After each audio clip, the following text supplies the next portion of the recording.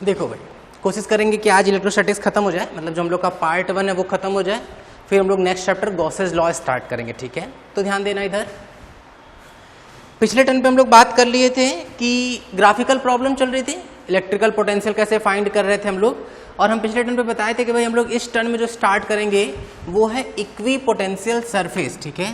तो स्टार्ट करते हैं, हेडिंग लिख लेते हैं, इक्वी पोटेंशियल सरफेस। अच्छा चलो पहले ध्यान देते, एक बार नाम से समझते हैं भाई, नाम से दिमाग लगाया जाए कि भाई नाम पढ़ के हम लोग को क्या समझ में आ रहा है, क्योंकि बहुत सिंपल तरीके से समझाया भी गया इस चीज को।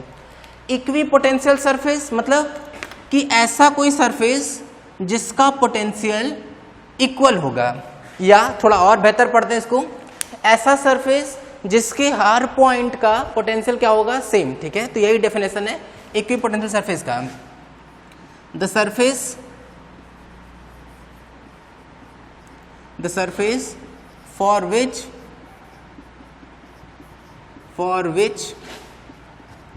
potential of each point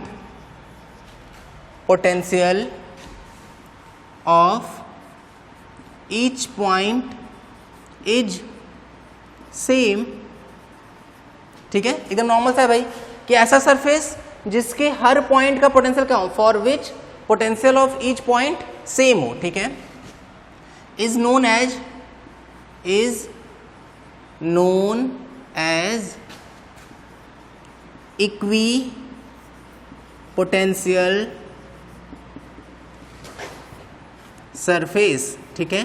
तो ये इस तरीके से है भाई, the surface for which potential of each point is same, हर पॉइंट का पोटेंशियल क्या हो, सेम हो, उसको हम लोग क्या नाम दे देते हैं, इक्वी पोटेंशियल सरफेस। यहां तक की बात समझ में आ रही है। अच्छा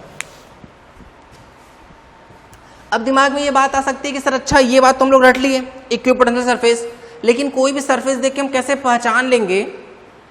एक तो सिंपल तरीका है कि अगर हमारे पास कोई जुगाड़ हो जिससे हम लोग क्या पता लगा सकते हैं पोटेंशियल, जैसे मान लो कोई इंस्ट्रूमेंट है, जैसे नहीं कि अगर तराजू है हमारे पास, तराजू है तो हम कोई भी ऑब्जेक्ट जैसे मार्कर है उसका हमको वेट पता लगाना, तो हम तराजू पे रख देंगे और हमको तराजू उसका वेट दे देगा।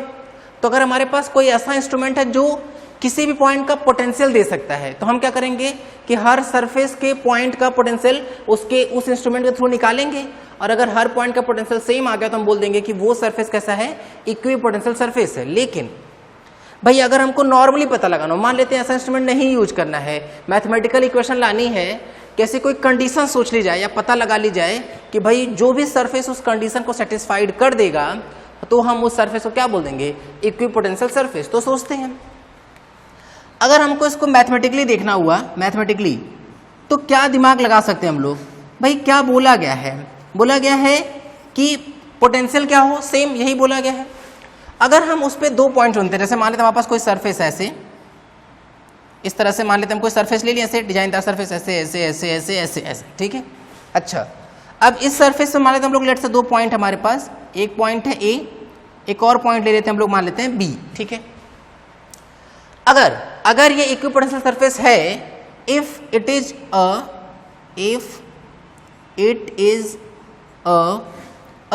N equi potential surface, equi potential surface, तो एक बात तो श्योर एंड सर्टेन है, क्या कि बाय डेफिनेशन हम लोग क्या ले सकते हैं, V A equal V B होगा। ये तो डेफिनेशन ही है इसकी भाई, क्योंकि अगर इक्वी पोटेंशियल सरफेस होगा तो उस पे मिलने वाले हर पॉइंट का पोटेंशियल क्या होना चाहिए, सेम होना चाहिए। बोले हाँ सर एकदम सही बात है, बाय डेफिनेशन, ये डेफिनेशन लिखा हुआ है, समझे, ठीक है।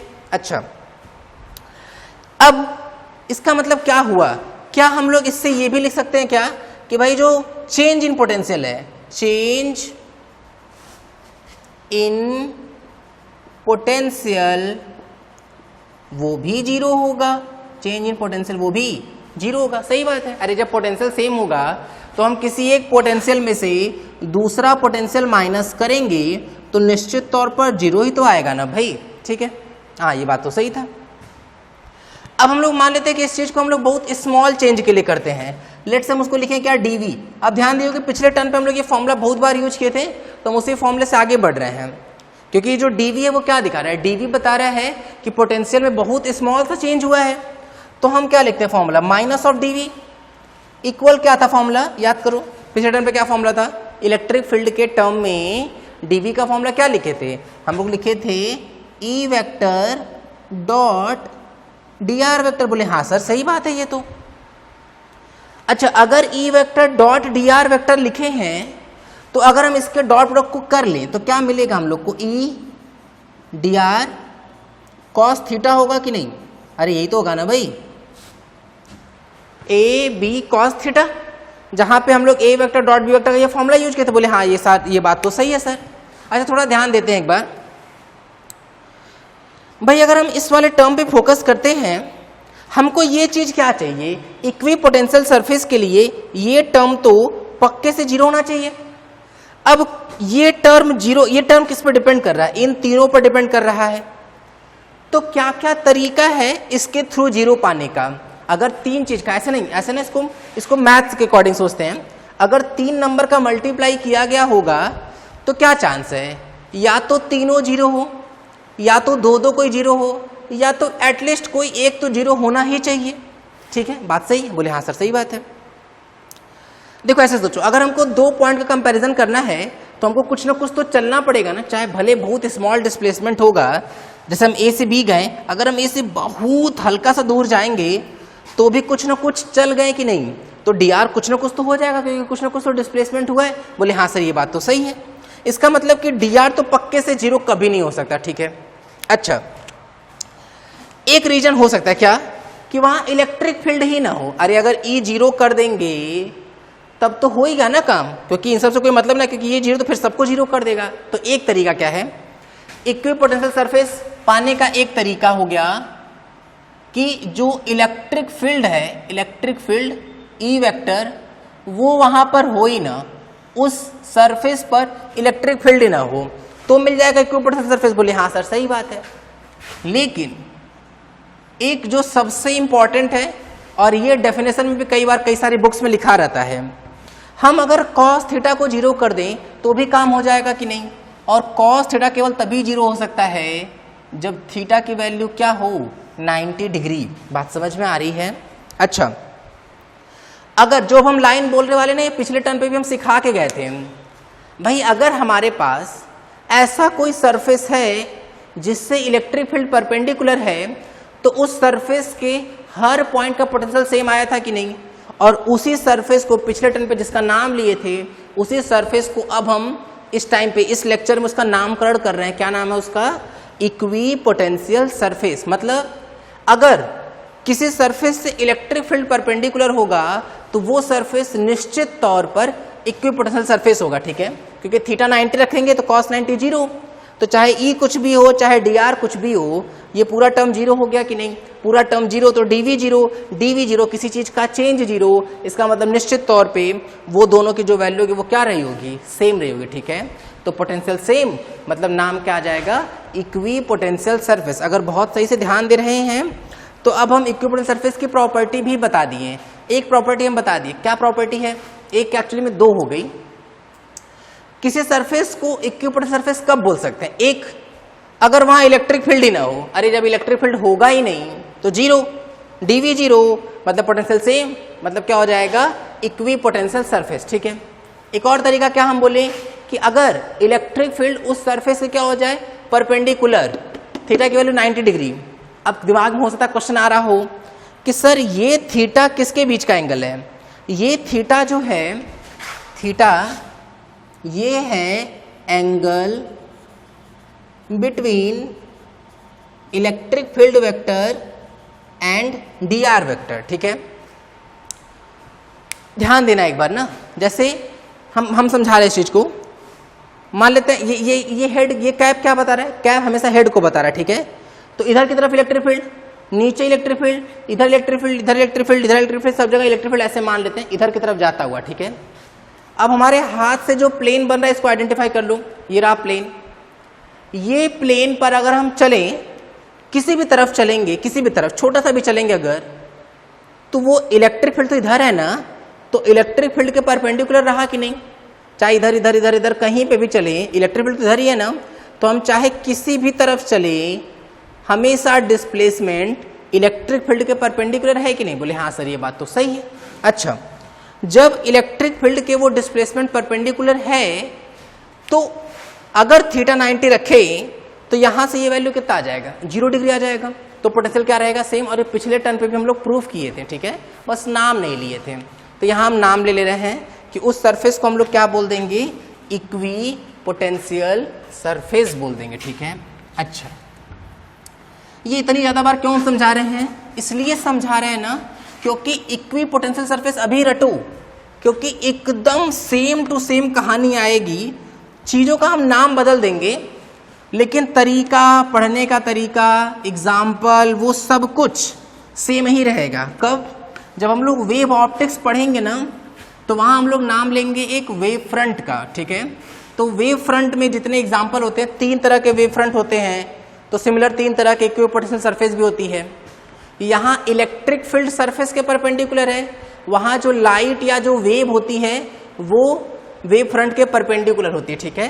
तो बिल्कुल सिमिलर कहानी चलेगी, इसीलिए यहाँ हम बहुत अच्छे से समझा दे रहे हैं ताकि वेव फ्रंट में थोड़ा कम समझाना पड़े। अच्छा, ये यहां तक की तो बात हो गई भाई। अच्छा, वापस चल रहे हम लोग, अभी प्रॉपर्टीज पर आएंगे ना। जो 2-3 बात हम बोले उसको बहुत अच्छे से ध्यान रखना है। अब हम लोग आते हैं type of equi potential surface पर। हेडिंग लिख लो, type of equi potential surface, ठीक है, पोटेंशियल सरफेस। 2 बात केवल बैठा के रखनी है। क्या, इक्वी पोटेंशियल सरफेस कैसे पहचानेंगे, उसके हर पॉइंट का पोटेंशियल सेम होगा और उससे इलेक्ट्रिक फील्ड हमेशा परपेंडिकुलर होगा, ठीक है। अगर इलेक्ट्रिक फील्ड है तो, क्योंकि इक्वी पोटेंशियल सरफेस होने के तो कोई 2 ही तरीके थे केवल। अरे -dV equal EdR cos theta था, ये तो 0 हो नहीं सकता है। तो पहली पॉसिबिलिटी यहां से बनेगी, दूसरी पॉसिबिलिटी यहां से बनेगी। ये पॉसिबिलिटी होने का 1 या 2% का चांस है, ये पॉसिबिलिटी होने का 99% चांस है। अरे अगर इलेक्ट्रिक फील्ड में हम लोग पढ़ रहे हैं, मतलब इस चैप्टर में पढ़ रहे हैं अगर, तो इलेक्ट्रिक फील्ड तो होगा ही ना, तो ये तो 0 होगा नहीं। अगर ये 0 नहीं होगा, ये 0 नहीं होगा, तो फिर इसी को 0 होना पड़ेगा। और इसको 0 होने का सिर्फ एक चांस है कि अगर हम थीटा को क्या रख दें, 90 डिग्री रख दें। और 90 डिग्री रखेंगे, अच्छा दिमाग में ये नहीं ना आ रहा है कि सर 270 क्यों नहीं, क्योंकि इलेक्ट्रिक फील्ड एक वेक्टर क्वांटिटी है ना, और डिस्प्लेसमेंट वेक्टर भी एक वेक्टर क्वांटिटी है ना, और 2 वेक्टर्स के बीच का जो एंगल होगा वो कभी भी 180 डिग्री से ज़्यादा नहीं हो सकता है। 180 या 180 से कम ही रहेगा। तो 180 से कम में केवल 90 ही ऐसा एंगल है, मतलब 0 से बड़ा, 0 180 के बीच में। तो 0 और 180 के बीच में सिर्फ 90 डिग्री ही एक ऐसा एंगल है जहाँ पे कॉस क्या होता है, 0 होता है, ठीक है। तो यही केस जो है वो सबसे ज़्यादा मिलेगा हम लोगों को। तो ध्यान देते हैं आगे। तो 2 बातें हम लोग ख्याल रखनी है, पोटेंशियल सेम हो और इलेक्ट्रिक फील्ड क्या हो, परपेंडिकुलर, ठीक है। We study 3 type of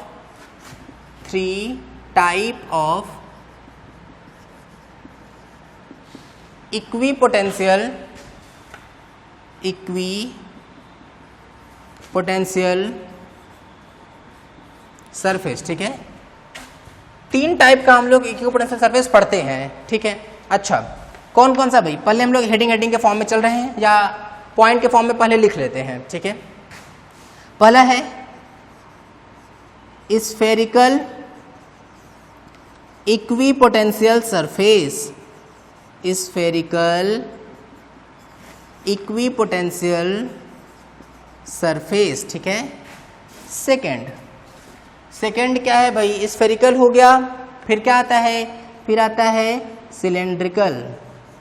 cylindrical equi potential surface. Third है लास्ट लेकिन बहुत इंपॉर्टेंट, ये भी क्या नाम दिए हैं, planar equi potential surface. Note कर लो, फिर बारी बारी सब पे बात करते हैं। नोट कर लो अच्छे से सब कुछ। तो पहले हेडिंग लिख लें, हेडिंग टाइप का थोड़ी बहुत बात करेंगे ताकि देखना पहचानना एटलीस्ट हम लोग सीख जाएं, फिर हम लोग आगे बात करेंगे इस पर। चलो देखो, तो ये हटा दे रहे हैं भाई। First heading spherical equi potential surface. नाम से पहचानना सीखो पहले। नाम से क्या पहचान रहे हैं कि यहाँ पर जो इक्विपोटेंशियल सरफेस है वो कैसा है, स्फेरिकल।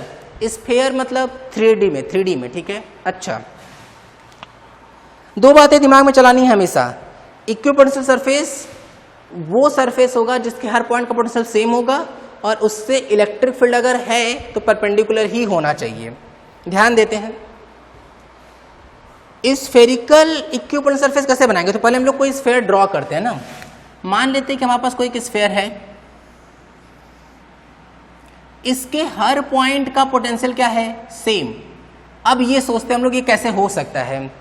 भाई पोटेंशियल हमको सेम चाहिए, इसका पोटेंशियल सेम चाहिए, चाहे जो भी पॉइंट हो। लेट से पॉइंट हम मार्क कर लेते हैं A, B, C, D, ऐसे बहुत सारे पॉइंट हैं।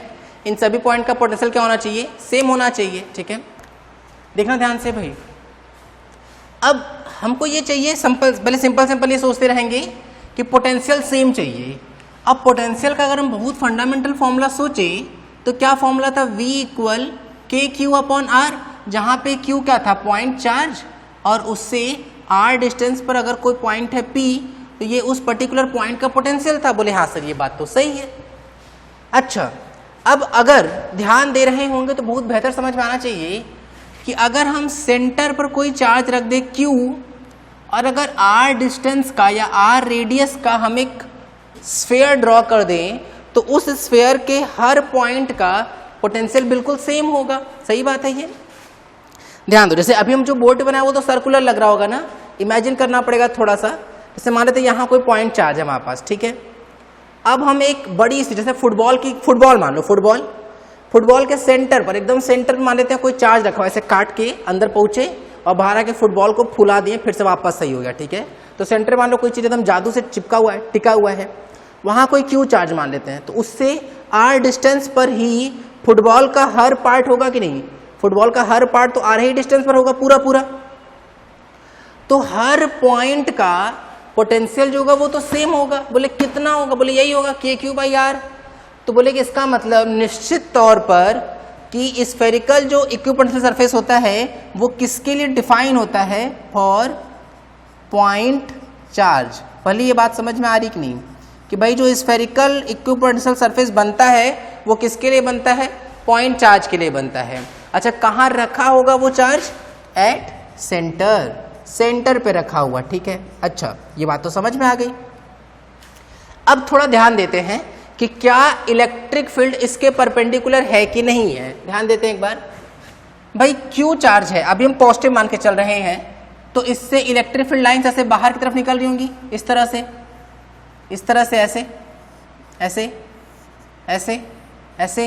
ऐसे और ऐसे, ठीक है। बोले हाँ सर ठीक है, ये तो इसको गायब कर दे, एक मिनट, गायब, ठीक है। अब अगर हम ये बात बोले कि क्या इलेक्ट्रिक फील्ड सरफेस के परपेंडिकुलर दिख रहा है, तो ध्यान दो, ये बहुत पहले 10th में हम लोग ये थ्योरम भी पढ़ेंगे मैथ्स वेस के टाइम पे, कि अगर स्फेयर पे या किसी सर्कल पे हम लोग जब टेंजेंट ड्रॉ करते हैं, टेंजेंट, तो वो रेडियस के हमेशा परपेंडिकुलर होता है। तो भाई जो सरफेस है वो अगर हमको उसका एंगल देखना है तो हम उसको क्या करेंगे, हम उस पर स्मॉल टेंजेंट तो ड्रॉ करेंगे, और वो टेंजेंट ये रेडियस से तो पास हो रहा है, तो निश्चित तौर पर हर जगह ये परपेंडिकुलर होगा कि नहीं। ये दो बातें एकदम रट लो अच्छे से। अगर इलेक्ट्रिक फील्ड है तो परपेंडिकुलर होगा ही होगा और हर पॉइंट का पोटेंशियल सेम होगा ही होगा, ठीक है। फिर हम ये सोच समझ के निकालेंगे कि वो किस तरह के चार्ज के लिए ऐसा पॉसिबल है, ठीक है, फॉर पॉइंट चार्ज। ये हो गया। कई बार आसान कैसे होता है, कई बार हम पहले ये पता लगाए ना, कई बार पहले केवल इलेक्ट्रिक फील्ड से ही सोचा जाता है कि अच्छा सरफेस है स्फेरिकल तो परपेंडिकुलर लाइंस ड्रॉ कर देते हैं। परपेंडिकुलर लाइंस जो होती हैं वो खुद इलेक्ट्रिक फील्ड ही होंगी। अरे क्योंकि इस जो भी इक्विपोटेंशियल सरफेस होगा उससे परपेंडिकुलर तो हमेशा इलेक्ट्रिक फील्ड होगा ही होगा, और वो जो इलेक्ट्रिक फील्ड होगा वो अपने आप उस चार्ज के बारे में बता देगा, ठीक है। जैसे मान लो अगर हम ये सब कहानी नहीं बोलते, हम केवल ये बोलते कि हमारे पास एक स्फेरिकल इक्विपोटेंशियल सरफेस है, ठीक है। तो मान लेते कोई बच्चा सोचता कि अच्छा सर स्फेरिकल इक्विपोटेंशियल सरफेस है, चाहे कोई भी तरह का सरफेस होता इलेक्ट्रिक फील्ड तो उससे परपेंडिकुलर ही होगा। चाहे कोई भी तरह का इक्विपोटेंशियल सरफेस हो इलेक्ट्रिक फील्ड परपेंडिकुलर होगा ही होगा। तो इस पर वो परपेंडिकुलर ड्रॉप करना शुरू करता। तो परपेंडिकुलर ऐसे तो बनता, देखो ऐसे ऐसे इस तरह से, ठीक है। अच्छा, परपेंडिकुलर तो हो गया भाई, हर जगह परपेंडिकुलर हो गया। अब इलेक्ट्रिक फील्ड लाइन का तो कुछ ना कुछ डायरेक्शन भी तो होता है ना, तो अगर हम डायरेक्शन के अकॉर्डिंग सोचना शुरू करते तो या तो इलेक्ट्रिक फील्ड किधर हो सकता है, बाहर की तरफ हो सकता है। अगर इलेक्ट्रिक फील्ड बाहर की तरफ होगा तो ये चार्ज कैसा होगा, positive charge, plus Q charge, याद आ रहा है, प्लस क्यू चार्ज से हमेशा इलेक्ट्रिक फील्ड लाइन से बाहर की तरफ निकलती हैं। लेकिन अगर यहीं पर ये सारे के सारे चार्जेस इधर की तरफ, जो इलेक्ट्रिक फील्ड लाइंस हैं वो सब के सब अंदर की तरफ आ रही होती, क्योंकि परपेंडिकुलर में तो हमको डायरेक्शन पता नहीं, केवल परपेंडिकुलर पता है। तो अगर वो अंदर की तरफ आ रहा होता तो ये चार्ज कैसा हो जाता, माइनस क्यू, क्योंकि माइनस क्यू चार्ज के लिए इलेक्ट्रिक फील्ड लाइंस उसकी तरफ आती हैं, ठीक है। अच्छा, तो ये हम लोग बात सीख गए। अब ये कैसे पता चलेगा कि अंदर की तरफ है कि बाहर की तरफ, वो डिपेंड करेगा कि पोटेंशियल की वैल्यू बढ़ रही है कि घट रही है। क्यों? क्योंकि पिछले टर्म पे हम ये बात भी सिखाए थे कि अगर हम लोग इलेक्ट्रिक फील्ड लाइन के डायरेक्शन में चलते हैं तो पोटेंशियल डिक्रीज करता है, ठीक है। तो अगर हम ऐसे ऐसे ऐसे ऐसे चलेंगे, जैसे ऐसे है, फिर एक बड़ा स्फीयर, फिर एक और बड़ा स्फीयर, फिर एक और बड़ा स्फीयर, उनकी वैल्यूज पर डिपेंड करेगा। अभी वो न्यूमेरिकल से हम क्लियर करा देंगे, इसलिए अभी उस पर नहीं आ रहा है, ठीक है। ये यहाँ तक की बात तो हम लोगों की पूरी पूरी हो गई। तो ये हम लोग क्या सीखे अभी, स्फेरिकल इक्विपोटेंशियल सरफेस के बारे में बात कर लिए कि किसके लिए डिफाइन करते हैं, बताओ, पॉइंट चार्ज के लिए। और पॉइंट चार्ज कहाँ रखा होगा, सेंटर पे। अब दिमाग में क्वेश्चन क्या आ सकता है, पहला क्वेश्चन कि सर यहाँ से आप r डिस्टेंस पर गए थे, अगर हम लोग 2r डिस्टेंस पर चले जाए तब, 2r डिस्टेंस पर चले जाएं तब, 3r पर चले जाएं तब, 4r पर चले जाएं तब, r/2 पर चल जाएं, r/2 पर चल जाएं तब, तो क्या इक्विपोटेंशियल सरफेस नहीं बन रहा है? बन रहा है। क्यों? क्योंकि भाई अगर r/2 रखेंगे तो भी तो ऐसे बहुत सारे पॉइंट मिलेंगे, फिर अगर हम 3r रखेंगे, 4r रखेंगे, 2r रखेंगे तो भी मिलेगा। इसका मतलब क्या हुआ, इसका मतलब कि फॉर, ये ना, ये कॉपी के ऊपर लिखना, कॉपी के ऊपर लिखो इस बात को, क्योंकि ये सबके लिए ट्रू है। फॉर सेम सोर्स चार्ज, हम ये बोल रहे हैं, उसको कॉपी के ऊपर लिखते भी जाओ। फॉर सेम सोर्स चार्ज, अरे बहुत गड़बड़ राइटिंग होगी क्या भाई, एक मिनट। फॉर, रुक जाओ, थोड़ा अच्छा करने की कोशिश कर रहे हैं। फॉर सेम सोर्स चार्ज, हो गया क्या? इक्विपोटेंशियल सरफेस, या नंबर ऑफ बोल देते हैं इसको, number of equipotential surface, equipotential surface may be infinite, उल्टा 8, may be infinite। क्या बोल रहे हैं ये कि अगर कोई सेम सोर्स चार्ज, जैसे यहाँ पे एक सेम सोर्स चार्ज क्यों रखे हैं, इसके लिए हम इन्फानाइट इक्विपोटेंशियल सरफेस बना सकते हैं। r/2, r, 2r, 3r, 4r, 5r, 6r, 7r, चाहे जितना बढ़ाते जाएं, हम रेडियस बदलते जाएंगे तो हम सेम क्यू चार्ज के लिए इन्फानाइट इक्विपोटेंशियल सरफेस ड्रॉ कर सकते हैं, ठीक है।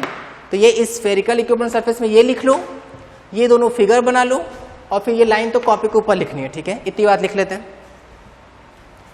अब ये मत सोचने लगना ना कि वो ये वाला साइन जो बताएं प्लस क्यू माइनस क्यू, उस पर आते हैं अभी, ठीक है। वो न्यूमेरिकल से एकदम ढंग से क्लियर करते हैं, अभी तुरंत क्लियर हो जाएगा चीज, देखना सुनना ध्यान से।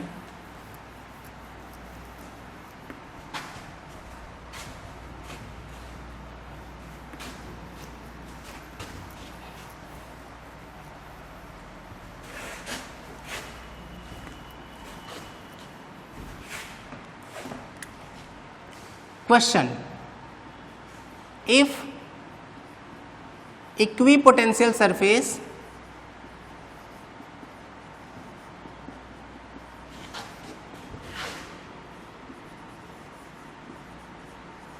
due to a point charge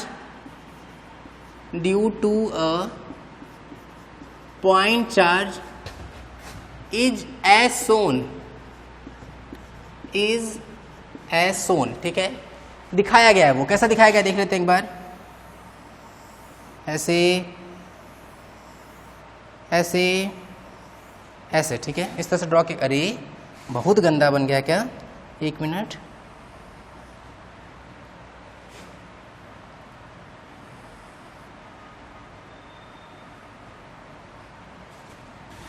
ये कुछ इस तरीके से है भाई, ठीक है। हाँ ध्यान देना एक बार, यहाँ हमारे पास वैल्यूज लिखी हुई हैं 30 वोल्ट, 20 वोल्ट, 10 वोल्ट। भाई हम तुमको अभी सिखाएं क्या कि किसी भी पॉइंट चार्ज के लिए बहुत सारे इक्विवेलेंट पोटेंशियल सरफेस हो सकते हैं। अब ये दिमाग में आ सकता है कि सर आप तो अभी बोल रहे थे कि पोटेंशियल सेम होगा, ये तो अलग अलग हो गया है, क्या हम बोल रहे हैं वो सोचो पहले। अगर हम ऐसे बोले कि भाई देखना, ध्यान सुनना इस बात को, कि अगर हमारे पास ऐसे है एक स्फीयर, ऐसे ड्रॉ किए स्फीयर ऐसे, अगर इसका डिस्टेंस है लेट से r, ठीक है, तो इस स्फीयर के हर पॉइंट का पोटेंशियल सेम होगा। लेकिन जब हम दूर या पास जाएंगे तो r की वैल्यू चेंज हो गई ना, तो v तो अलग आएगा ना।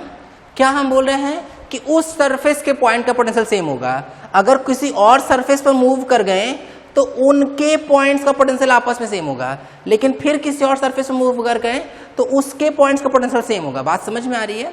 मतलब उसका आपस में कंपेयर कर लेना है। जैसे अगर हम यहाँ बहुत सारे पॉइंट लें, लेट से पॉइंट है A, ये पॉइंट है B, ये पॉइंट है C, ये पॉइंट है D, तो हम A और B को कंपेयर कर सकते हैं क्योंकि वो सेम सरफेस पर है। लेकिन हम A और C को कंपेयर नहीं कर सकते, हम B और D को कंपेयर नहीं कर सकते, हम A और D को कंपेयर नहीं कर सकते, लेकिन C और D को कंपेयर कर सकते हैं। ये बात समझ में आ रही है? तो ये हम लोग को बहुत फोकस करके रखना है कि हम जिन पॉइंट्स की बात कर रहे हैं डेफिनेशन में, वो पॉइंट्स हैं जो सेम सरफेस पर हैं। अगर सरफेस चेंज करेंगे तो पोटेंशियल वैरी कर सकता है भाई, ठीक है।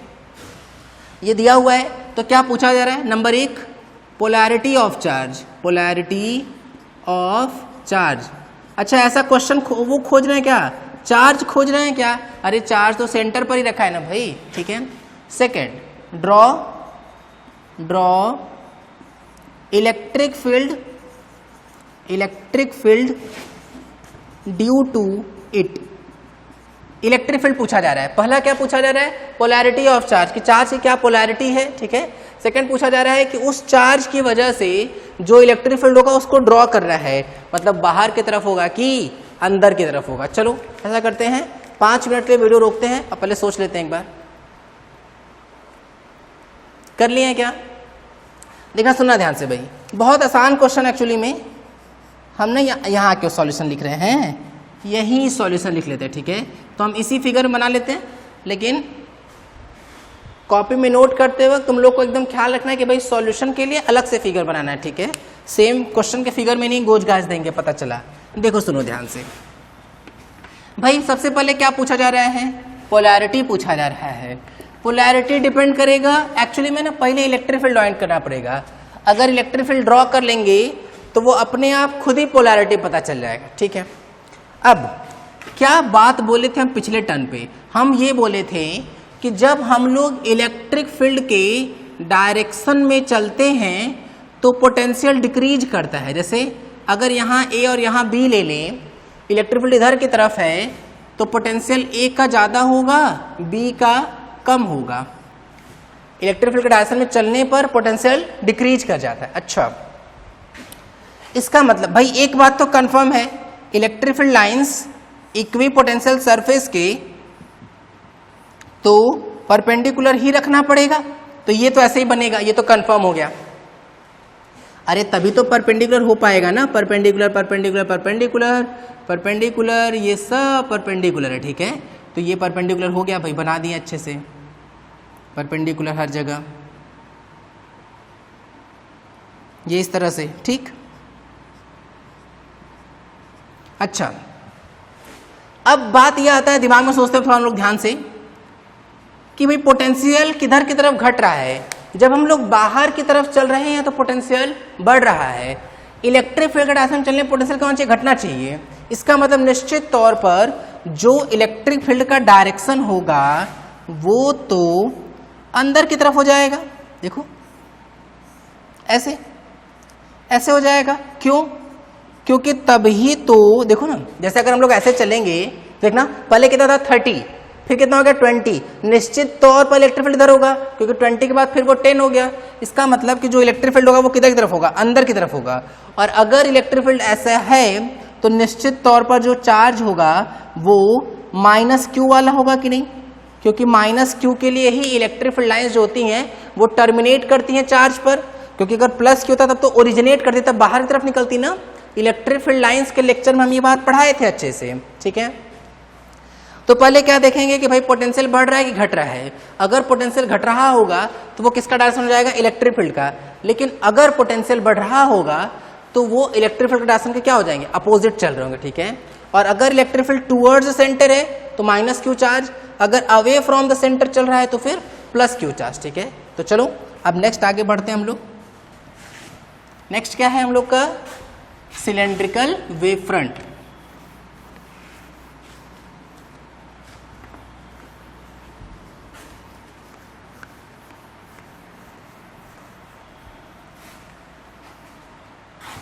अब हम लोग बात कर लेते हैं सिलेंड्रिकल वेव फ्रंट की, सिलेंड्रिकल वेव फ्रंट, ठीक है। अच्छा, वेव फ्रंट के नाम पे जो हम बोले ना वही चीज हमेशा दिमाग में दौड़नी चाहिए, क्या कि भाई ऐसा सरफेस बनाएंगे जिस सरफेस के थ्रू जो इलेक्ट्रिक फील्ड होगा वो क्या होगा, परपेंडिकुलर। तो पहले हम लोग सिलेंड्रिकल वेव फ्रंट सोच लेते हैं, सिलेंड्रिकल वेव फ्रंट ऐसे बना लेते हैं भाई कि ऐसे कुछ सिलेंडर टाइप का है, बना लिए।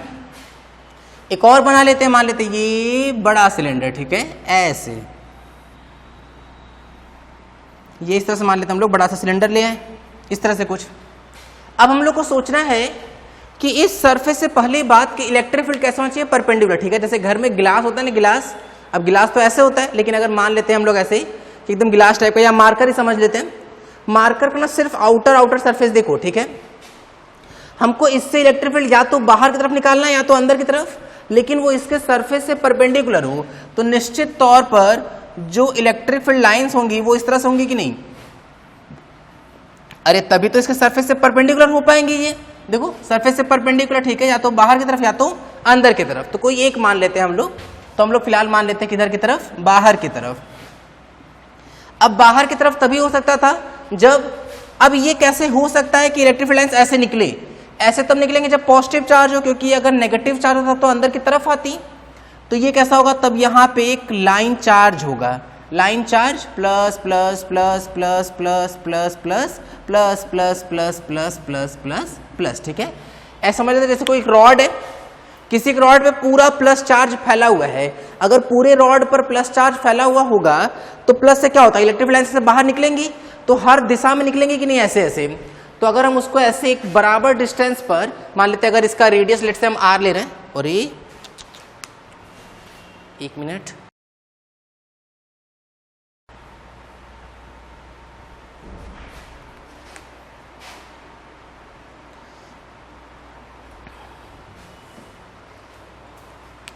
अगर हम ये डिस्टेंस लेट से r मान लिए, ये डिस्टेंस है r, और जो ये वाला डिस्टेंस है वो लेट से 2r मान लिए, तो भाई अगर हम किसी लाइन चार्ज, जैसे लाइन चार्ज जैसे रॉड बीच में, इस रॉड ऐसे रॉड मान लेते हैं, अब इस रॉड के ऐसे ऐसे ऐसे हर दिशा में ऐसे हम इलेक्ट्रिक फील्ड निकाल दे बाहर, तो एक फिक्स r डिस्टेंस पर अगर हम एक सरफेस बनाएं तो वो सरफेस इस हर पॉइंट चार्ज से, अगर हम बहुत बड़ा चार्ज लिए, ये समझ कर अब दिमाग में ये आ सकता है कि सर ये बताइए कि इस पॉइंट पर तो इसकी वजह से भी इलेक्ट्रिक फील्ड होगा, क्योंकि भाई अगर मान लेते हैं यहाँ पे ध्यान देना एक बार, मान लेते हैं अगर हम यहाँ कोई पॉइंट ले प्लस, मतलब यहाँ प्लस क्यू चार्ज फैला हुआ है, plus plus plus plus plus, और यहाँ पर हम लोग मान लेते हैं कोई पॉइंट है पी, ठीक।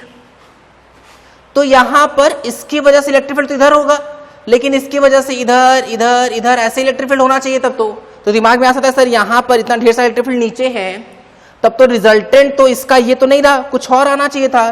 तो आप रिजल्टेंट ऐसे क्यों दिखा रहे हैं, हम इसलिए दिखा रहे हैं ना क्योंकि हम इसको वेरी लॉन्ग ले रहे हैं, वेरी लॉन्ग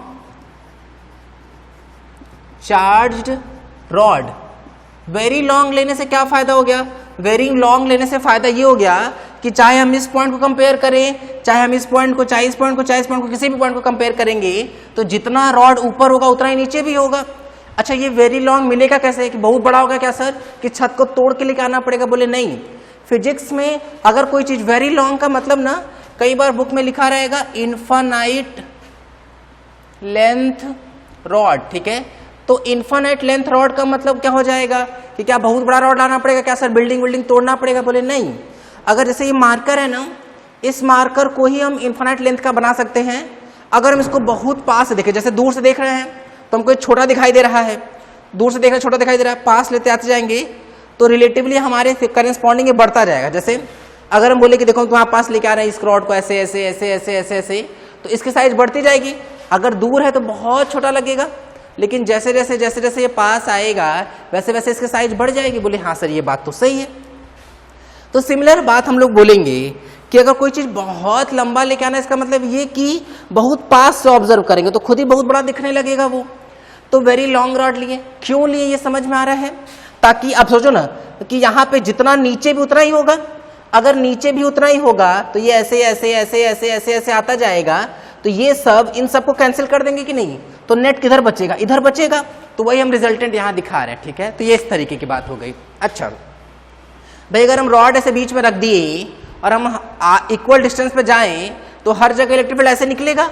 अब भाई अगर डिस्टेंस सेम होगा तो पोटेंशियल भी कैसा आएगा? सेम ही आएगा। इसलिए हम लोग इसको क्या बोल दिए हैं? Equi potential surface. और किस शेप का है? सिलेंडर। तो हम इसको क्या बोल दे रहे हैं? अरे सिलेंड्रिकल वेव फ्रंट, गड़बड़ बोल दिए भाई। सिलेंड्रिकल इक्वी पोटेंशियल सरफेस होगा ना ये, तो इक्वी पोटेंशियल सरफेस, यही गड़बड़ होता है। अभी क्लास में रहते तो ये गड़बड़ होता ही नहीं, तो मिस्टेक ही नहीं हो पाती। तो क्या हो जाएगा? ये सिलेंड्रिकल इक्विपोटेंशियल सरफेस।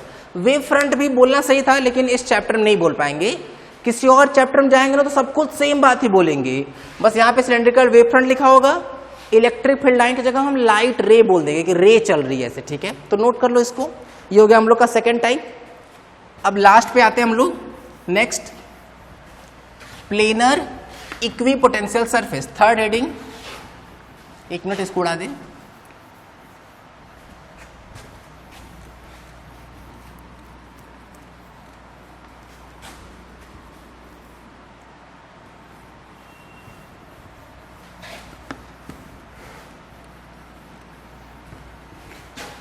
देखो, थर्ड प्लेनर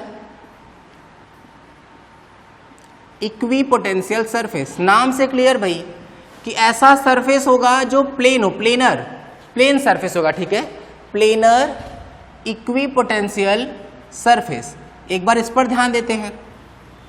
वापस बात वैसी ही कि इलेक्ट्रिक फील्ड जो होगा वो सरफेस के परपेंडिकुलर होगा। इलेक्ट्रिक फील्ड जो होगा वो सरफेस के परपेंडिकुलर होगा, ठीक है। जैसे मान लेते हैं कि ये इलेक्ट्रिक फील्ड है, तो निश्चित तौर पर तब इसका वेव फ्रंट कैसा होगा? प्लेनर हो जाएगा, क्योंकि इससे इलेक्ट्रिक फील्ड लाइंस जो हैं वो परपेंडिकुलर हैं। फिर से देखो, दिमाग लगाते हैं एक बार कि पहले ऐसा ही क्यों? क्योंकि इलेक्ट्रिक फील्ड तो परपेंडिकुलर ही होना चाहिए।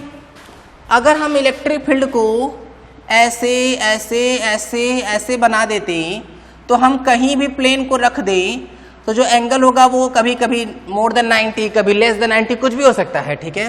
इसका मतलब ये समझ में आया कि प्लेनर वेव फ्रंट तब बनेगा हम लोग का जब इलेक्ट्रिक फील्ड लाइंस किसी एक पर्टिकुलर डायरेक्शन में यूनिफॉर्मली मूव कर रही होंगी, यूनिफॉर्म, ठीक है। अच्छा, ये कब हो सकता है भाई? सबसे पहला केस हम लोग क्या पढ़े थे? Spherical equipotential surface. उस केस में जो सोर्स चार्ज था, जो सोर्स था वो कैसा था? बोले पॉइंट चार्ज था। जब हम लोग सिलेंड्रिकल वेव फ्रंट पढ़े उस केस में जो सोर्स था वो कैसा था? लाइन सोर्स था, ठीक है। अभी हम लोग जो पढ़ रहे हैं वो क्या है? प्लेनर वेव फ्रंट है। प्लेनर वेव फ्रंट कब होगा? जब सोर्स कहां पर होगा? Source at infinity. सोर्स का शेप नहीं बताया, पिछले दो में सोर्स का क्या बता रहे थे? शेप। लेकिन यहां पे सोर्स का केवल डिस्टेंस बता रहे हैं। उसका शेप ना लीनियर भी हो, पॉइंट भी हो, कोई फर्क नहीं पड़ेगा। अगर वो इनफाइनाइट डिस्टेंस पर होगा तो उसका वेव फ्रंट प्लेनर ही होगा, सॉरी इक्विपोटेंशियल सरफेस प्लेनर ही होगा। अब सोचते हैं कैसे? इसका हम एकदम प्रॉपर एग्जांपल देते हैं। सोचो सन के अगर करेस्पॉन्डिंग चले तो हम लोग बहुत दूर है, सन को देखते तो सन हमको कैसा लगता है? पॉइंट जैसा लगता है कि नहीं? छोटा सा, लेकिन है तो बहुत बड़ा ना एक्चुअली में, लेकिन है दिखता बहुत छोटा सा है। तो हमसे बहुत दूर है कि नहीं? तो हम लोग क्या मान सकते हैं कि भाई वो है जो सोर्स एट इंफिनिटी का एग्जाम्पल है। अच्छा, उससे आने वाली लाइंस कैसी होती है? जैसे अभी हम सबसे पहले क्या बताए थे कि कि अगर कोई पॉइंट सोर्स होगा तो उससे लाइन्स ऐसे ऐसे ऐसे निकलेंगी, सही बात है। लेकिन अगर हम उसी पॉइंट से बहुत दूर होंगे, बहुत दूर, तो हमको उसकी कुछ ही लाइन रिसीव होंगी, लेकिन वो लाइंस एक दूसरे के पैरेलल रिसीव होती है। जैसे तुम देखो सन के करेस्पॉन्डिंग कभी कभी हम लोग धूप में या बहुत धूल वाला सिचुएशन होता है, जब धूल उड़ता रहता है तो हम लोग को सूरज की किरणें एकदम चमकते हुए दिखाई देती हैं। तो जब किरणें चमकते हुए दिखाई देती हैं तो ऐसा लगता है कि एक दूसरे के पैरेलल आ रही हैं। क्यों? क्योंकि भाई अगर हम यही दो लाइन्स लेके चलें, अगर मान लेते हैं यहाँ बहुत सारी ऐसी ऐसी लाइन्स निकली, बहुत सारी, और हम बहुत दूर हैं, अगर हम लाइन्स को रिसीव करेंगे तो वो हमको थोड़ा थोड़ा एकदम पैरेलल सा दिखाई देगा कि नहीं। ये ऑल्दो अलग बात है कि वो आ किससे रहा है, पॉइंट सोर्स से, ठीक है, लेकिन बहुत दूर होने की वजह से हमको कैसा लगेगा, लीनियर टाइप का लगेगा, ठीक है। तो इसमें क्या बता रहे हैं, सोर्स एट इन्फिनिटी अगर होगा तो उसका इक्विपोटेंशियल सरफेस जो होगा वो कैसा होगा, प्लेनर होगा, ठीक है। ये इस तरीके से नोट कर लो इसको, फिर आगे बात करते हैं इस पर। अब एक आध दो एग्जाम्पल करते हैं ताकि कहानी क्लियर हो, क्योंकि ना अब क्या क्वेश्चन करेंगे हम लोग, अब क्वेश्चन करेंगे कि इक्विपोटेंशियल सरफेस दिया गया होगा और इलेक्ट्रिक फील्ड की वैल्यू और डायरेक्शन पूछा जाएगा। अभी हम एक क्वेश्चन कराए ना जिसमें हम इलेक्ट्रिक फील्ड की वैल्यू पूछे, सॉरी वैल्यू नहीं पूछे थे, केवल डायरेक्शन पूछे थे और चार्ज का क्या पूछ रहे थे, नेचर, ठीक है। लेकिन अब जो बात कर रहे हैं वो थोड़ा अलग बात कर रहे हैं, ठीक है। ध्यान देते हैं एक बार, सुनना सभी, देखो तो क्वेश्चन दे रहे, एक छोटू सा क्वेश्चन, एकदम मजाक मजाक वाला क्वेश्चन है, मजाक मजाक में ही करके इसको निपटा देंगे, ठीक है। ये क्या दिया हुआ है भाई, ये दिया हुआ है इक्विपोटेंशियल सरफेस, ठीक है। अलग अलग सरफेसेस हैं, कितने टाइप के पढ़े हैं, 3 टाइप के। तो एग्जाम में अगर कभी भी इक्विपोटेंशियल सरफेस दिया जाएगा ना तो वही 3 टाइप का ही होगा। तो बताओ तो ये कौन सा टाइप का दिख रहा है, 50 volt, 40 volt, 30 volt, 20 volt. Electric field का मैग्नीट्यूड पता लगाना है, पहला क्वेश्चन। दूसरा क्वेश्चन पता लगाना है कि भैया इलेक्ट्रिक फील्ड का डायरेक्शन कैसा होगा। सबसे पहले identify type of equipotential surface, कि कौन सा इक्विपोटेंशियल सरफेस दिख रहा है, कौन कौन सा पढ़े हैं। सबसे पहले spherical equipotential surface, second cylindrical और थर्ड प्लेनर। कौन सा दिख रहा है ये, मुझे तो पता ही नहीं चल रहा है। अगर ऐसा होगा ना तो इसका मतलब कि हम लोग फ्रंट से देख रहे हैं, फ्रंट से कैसा दिख रहा है, बोले फ्रंट से तो सर लाइन वाला दिख रहा है, लेकिन अगर टॉप से देखेंगे ना, ऊपर से ऐसे, तो ऊपर से ये एक्चुअली में ऐसा वाला है। अब तो समझ में आ ही गया होगा कि ये कौन सा है, ये है प्लेनर इक्विपोटेंशियल सरफेस, ठीक है। अच्छा, अब दिमाग में आता है कि सर ऐसा बना रहेगा कि वो लाइन वाला बना रहेगा, लाइन वाला बना रहेगा, ठीक है। तो हम लोगों को लाइन वाले से ही आइडेंटिफाई करना होगा कि कैसा इक्विपोटेंशियल सरफेस है, ठीक। अच्छा देखो, डायरेक्शन तो एकदम आसानी से क्लियर हो जाना चाहिए, डायरेक्शन में तो कोई डाउट होना ही नहीं चाहिए। Electric field lines always flow from higher potential to lower potential. उल्टा भी सही है कि अगर हम लोग इलेक्ट्रिक फील्ड का डायरेक्शन मूव करते हैं तो higher potential to lower potential चलते हैं, लेकिन यहाँ तो उल्टा है, इसे हम लोग इसके तरह से याद रखना है। Electric field lines always flow from higher potential to lower potential and electric field lines are always perpendicular to equipotential surface. Equipotential surface से हमेशा परपेंडिकुलर होगा। बोले अच्छा, परपेंडिकुलर हो और हायर टू लोअर चलना है, हायर टू लोअर और परपेंडिकुलर। 2 सेकेंड 5 सेकेंड के लिए जल्दी से ड्रॉ कर लो, तो वीडियो रोको 10 सेकेंड के लिए, ड्रॉ कर लो फटाफट। हो गया क्या ड्रॉ, देखते हैं भाई कैसे होगा। बोले परपेंडिकुलर ऐसे, हायर टू लोअर ऐसे, हायर टू लोअर ऐसे, हायर टू लोअर ऐसे, हायर टू लोअर। तो हम लोग को इलेक्ट्रिक फील्ड का डायरेक्शन तो मिल गया। क्या है डायरेक्शन, बोले सर डायरेक्शन के करेस्पॉन्डिंग अगर हम बात करें तो इसका जो आंसर आएगा वो आ जाएगा -j कैप, खत्म, ठीक है। तो अब 5 मिनट के लिए वीडियो रोकेंगे और इलेक्ट्रिक फील्ड का मैग्नीट्यूड फाइंड करेंगे। चलो करो फाइंड, तो कर लिए क्या ट्राई। देखो सुना ध्यान से भाई, फर्स्ट फॉर्मूला क्या था हम लोग के पास, electric field equals to -dv/dr, ठीक है। अच्छा ध्यान देते हैं एक बार भाई, अगर हम यहाँ ध्यान देने की कोशिश करें, वैल्यू निकालते हैं एक बार, वैल्यू ठीक है, -dv, तो किस में से किसको घटा रहे वो डिपेंड। अच्छा, डिस्टेंस नहीं दिए थे क्या, अरे बहुत गड़बड़ हो गया भाई। 20 सेंटीमीटर 20 सेंटीमीटर डिस्टेंस गिवन है भाई, गड़बड़ कर दिए, ठीक है। तो अब कर लो ट्राई, एक बार फॉर्मूला भी बता दिया, अब तो सब कुछ बता ही दिया, लेकिन फिर भी एक बार ट्राई कर लो, देखो कितना आ रहा है आंसर, बताएं। अब क्या लिखेंगे भाई, इसमें से इसको माइनस कर देते हैं। अगर हम ऐसे चल रहे हैं तो ये ना फाइनल हुआ, फाइनल माइनस इनिशियल, तो 40 माइनस 50 अपॉन डी आर। भाई इलेक्ट्रिक फील्ड किधर है, इलेक्ट्रिक फील्ड है इधर नीचे, तो इसी के अलॉन्ग डिस्प्लेसमेंट देख लेते हैं। तो इसके अलॉन्ग कितना डिस्प्लेसमेंट, 20 सेंटीमीटर, तो 20 सेंटीमीटर तो 20/100, ठीक है। अच्छा यहाँ कुछ और आएगा क्या, बोले सर बिल्कुल आएगा। अगर आप यहाँ सिर्फ मैग्नीट्यूड, अरे यहाँ तो मैग्नीट्यूड ही लिखा है ना, तो इस तरह से भी लिख सकते हैं। तो ये सोचो ना कि जो dv था वो e dr cos थीटा था कि नहीं, तो यहाँ से e की वैल्यू कितनी आ जाएगी, minus of dv by dr cos theta हो जाएगा। तो यहाँ पे क्या आ जाएगा, minus of dv by dr cos theta, ठीक है। अच्छा dr मिल गया, अब cos थीटा कैसे निकालेंगे, तो इलेक्ट्रिक फील्ड किधर है, नीचे, डिस्प्लेसमेंट किधर हो रहा है, नीचे, दोनों सेम डायरेक्शन में है, तो एंगल तो 0 डिग्री हो जाएगा, तो cos 0 डिग्री, और cos 0 डिग्री की वैल्यू कितनी आ जाएगी, 1। यहाँ पे माइनस कर लेते हैं, -10 + 10, ऊपर गया ये, तो कितना आ जाएगा, 50 वोल्ट पर मीटर। क्लियर हो रही है बात, नोट कर लो इसको फटाफट, ये इस तरीके से है भाई।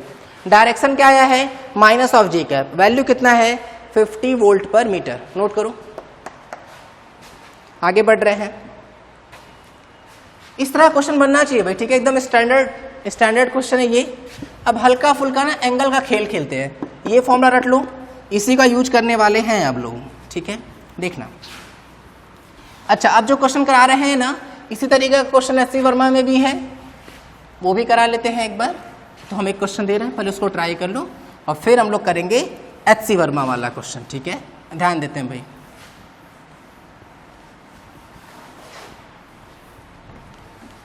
देखना क्वेश्चन, ये सब कुछ गिवन हम लोग को भाई, ये क्या है, ये हम लोग का y एक्सिस, ये कौन है, ये हम लोग का x एक्सिस, ठीक है। इक्विपोटेंशियल सरफेस गिवन है, ऐसे ऐसे ऐसे इस तरह से गिवन है बेचारा, ठीक है। वैल्यूज देख लेते हैं, 50 वोल्ट, 40 वोल्ट, 30 वोल्ट, 20 वोल्ट, एक आधा और ले ले क्या, एक और ले लेते हैं 10 वोल्ट, ठीक है। अच्छा ये जो डिस्टेंस है ना, ये डिस्टेंस गिवन है कितना, 10 सेंटीमीटर, ये डिस्टेंस 10 सेंटीमीटर, ये डिस्टेंस 10 सेंटीमीटर, ठीक है। और क्या ले लिया जाए, ये एंगल्स जो हैं, ये एंगल सेम है, सेम टू सेम, सब एंगल कितना दिया हुआ, 37 डिग्री, 37 डिग्री, 37 डिग्री और 37 डिग्री, ठीक है। वही सेम क्वेश्चन, सबसे पहला फर्स्ट कि भाई इलेक्ट्रिक फील्ड का मैग्नीट्यूड कितना है, सेकंड कि भाई ये बताओ कि इसका डायरेक्शन कितना है, ठीक है। ये इस तरीके से, चलो भाई ट्राई करते हैं, वीडियो रोकना है, ये बहुत अच्छा क्वेश्चन है क्योंकि एकदम सेम टाइप का, एक्चुअली में अगर ये बन गया ना तो वो एच सी वर्मा वाला भी क्वेश्चन बन जाएगा।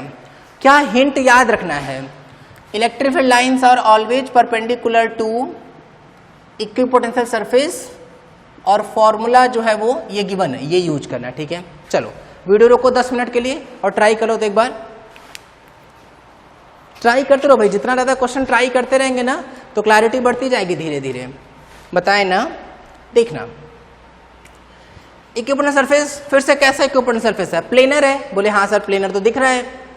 अब इलेक्ट्रिक फील्ड लाइंस होगी वो उससे परपेंडिकुलर होंगी, higher potential to lower potential चलना है, मतलब 40, 50, 40, 30, 20, 10 ऐसे करके चलेंगे, परपेंडिकुलर चलना है, बोले हाँ सर ठीक है। तो ऐसे ड्रॉ कर लेते हैं एक बार, इस तरह से कुछ ऐसे ऐसे ऐसे इलेक्ट्रिक फील्ड लाइंस हो जाएंगी, इस तरह से इलेक्ट्रिक फील्ड लाइंस ऐसे हो गई भाई।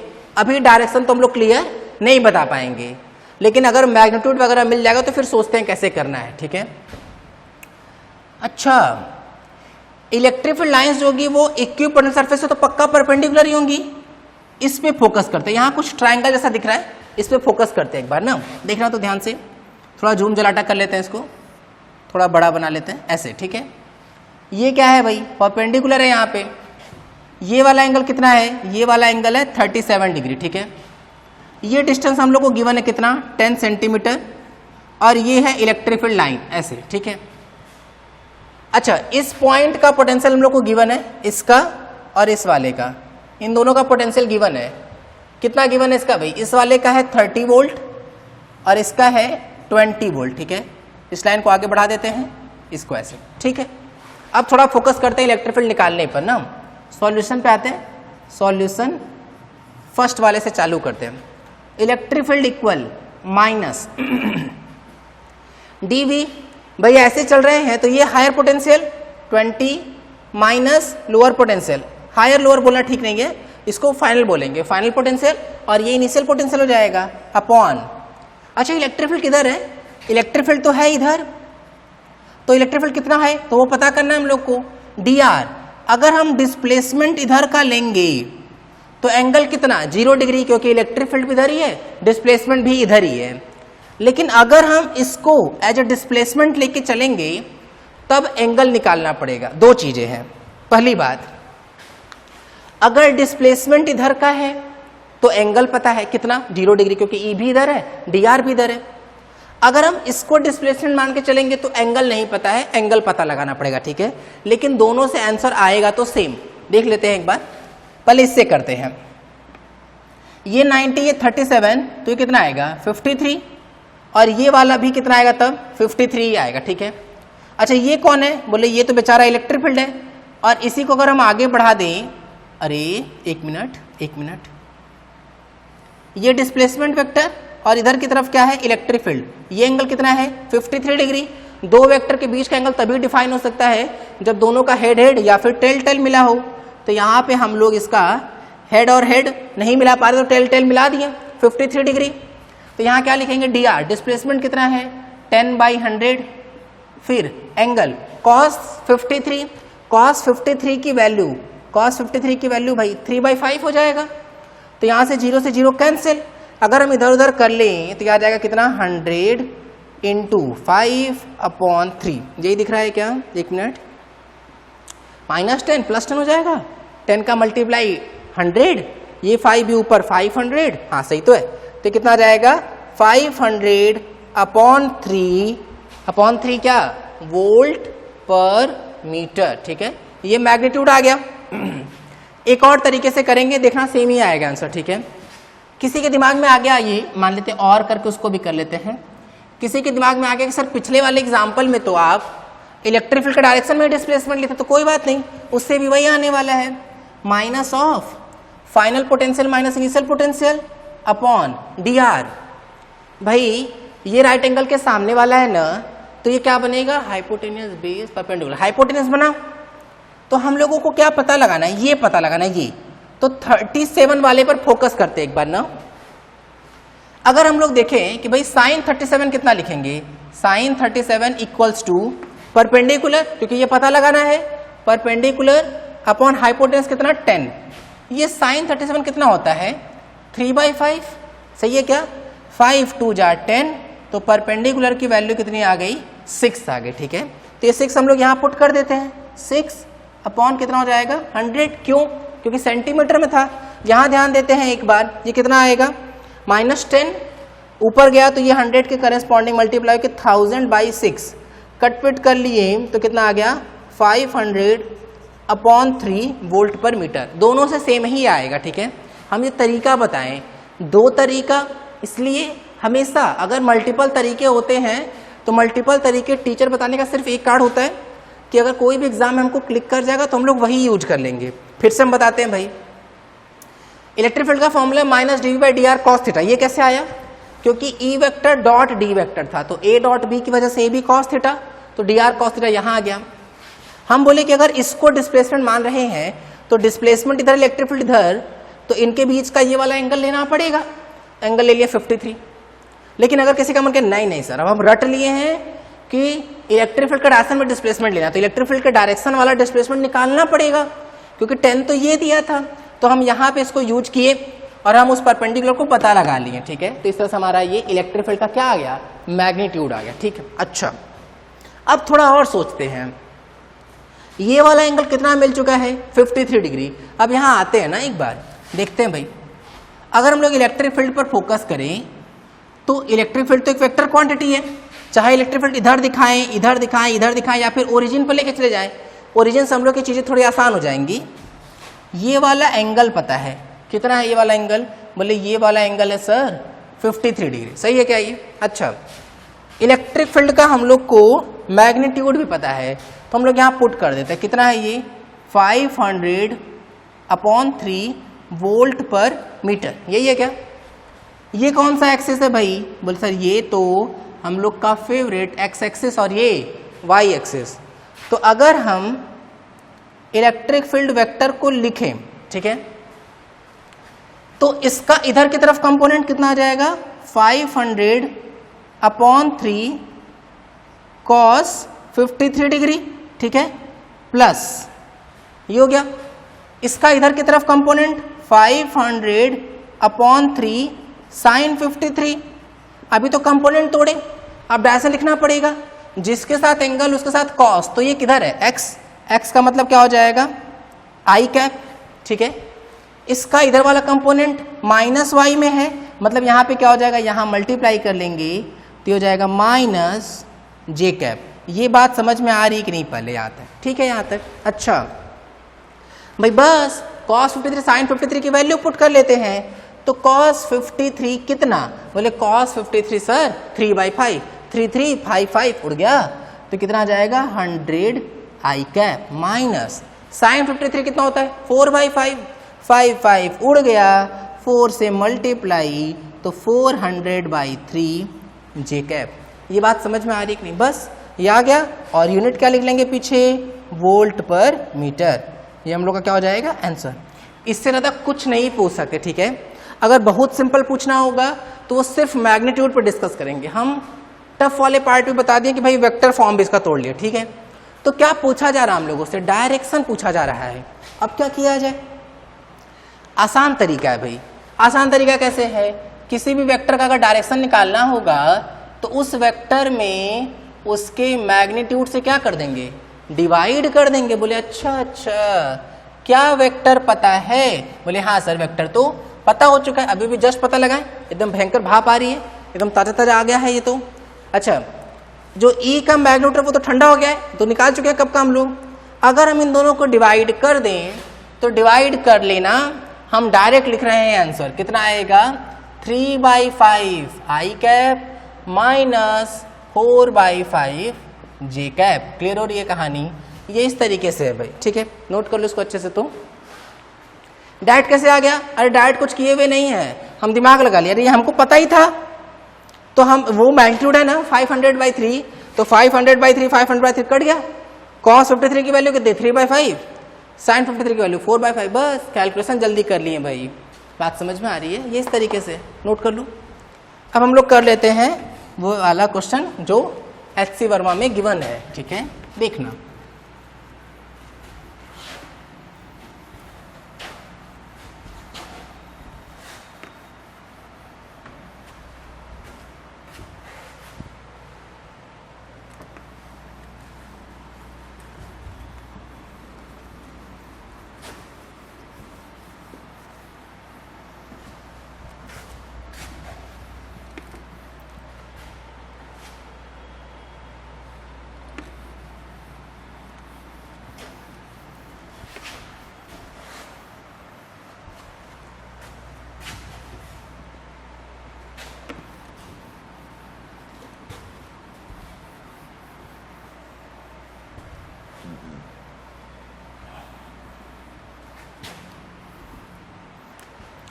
देखते हैं भाई, उस क्वेश्चन को एक बार कर लेते हैं हम लोग, ध्यान से देखना एक बार। वापस वही कहानी कि ये हमारे पास एक्स एक्सिस है, ये हमारे पास वाई एक्सिस है, ठीक है। अच्छा अब क्या हो रहा है, हमारे पास वापस इक्विपोटेंशियल सरफेस उसी तरीके से गिवन। अरे ये वाई है ना भाई, ये एक्स है, गड़बड़ हो गया, भयानक मिस्टेक।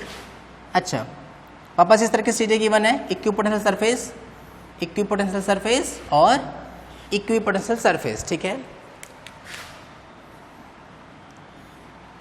10 वोल्ट, 20 वोल्ट, 30 वोल्ट और 40 वोल्ट, ठीक है। अच्छा, कोऑर्डिनेट्स गिवन है, इसका कितना 10,0, इसका कितना दिख रहा है कि नहीं दिख रहा होगा तो ध्यान से सुन लो इसको, ठीक है, क्योंकि कम जगह में लिखना पड़ेगा ना। इस वाले कोऑर्डिनेट गिवन हम लोगों को 30,0 और इसका कोऑर्डिनेट गिवन है 40,0, ठीक है। तो ये x किस में है, x जो है वो सेंटीमीटर में गिवन है। वापस वही चीज है कि हम लोगों को इलेक्ट्रिक फील्ड वेक्टर पता लगाना है। अब हम डायरेक्ट केवल वेक्टर पूछ ले रहे हैं, क्योंकि वेक्टर के थ्रू हम लोग को मैग्नीट्यूड पता चल जाएगा और डायरेक्शन भी पता चल जाएगा। सिमिलर टाइप का क्वेश्चन है, ये वाला जो एंगल है वो हम लोग को गिवन है कितना 30 डिग्री, सब सेम टू सेम 30, 30 और 30, ठीक है। नोट करो। अब फिर से अब लगभग 10 मिनट या 5 मिनट में हो जाना चाहिए, तो अपने हिसाब से इसको रोको, 10 मिनट के लिए वीडियो रोको और क्वेश्चन ट्राई कर लो। तो एक बार कर लिए क्या ट्राई, देखना सुनना ध्यान से भाई। फिर से सॉल्यूशन पे आते हैं। सॉल्यूशन, अगर हम इलेक्ट्रिक फील्ड वेक्टर को ड्रॉ करें तो इक्विपोटेंशियल सरफेस से कैसा होना चाहिए, परपेंडिकुलर। तो कुछ ऐसे जाएगा कि नहीं, इस तरह से, ऐसे ऐसे ऐसे इस तरह से जा रहा होगा कुछ, बोले हाँ सर ये बात तो सही है। अब इलेक्ट्रिक फील्ड किधर किधर हो जाएगा, बोले इलेक्ट्रिक फील्ड होता है सर वो higher potential to lower potential होता है।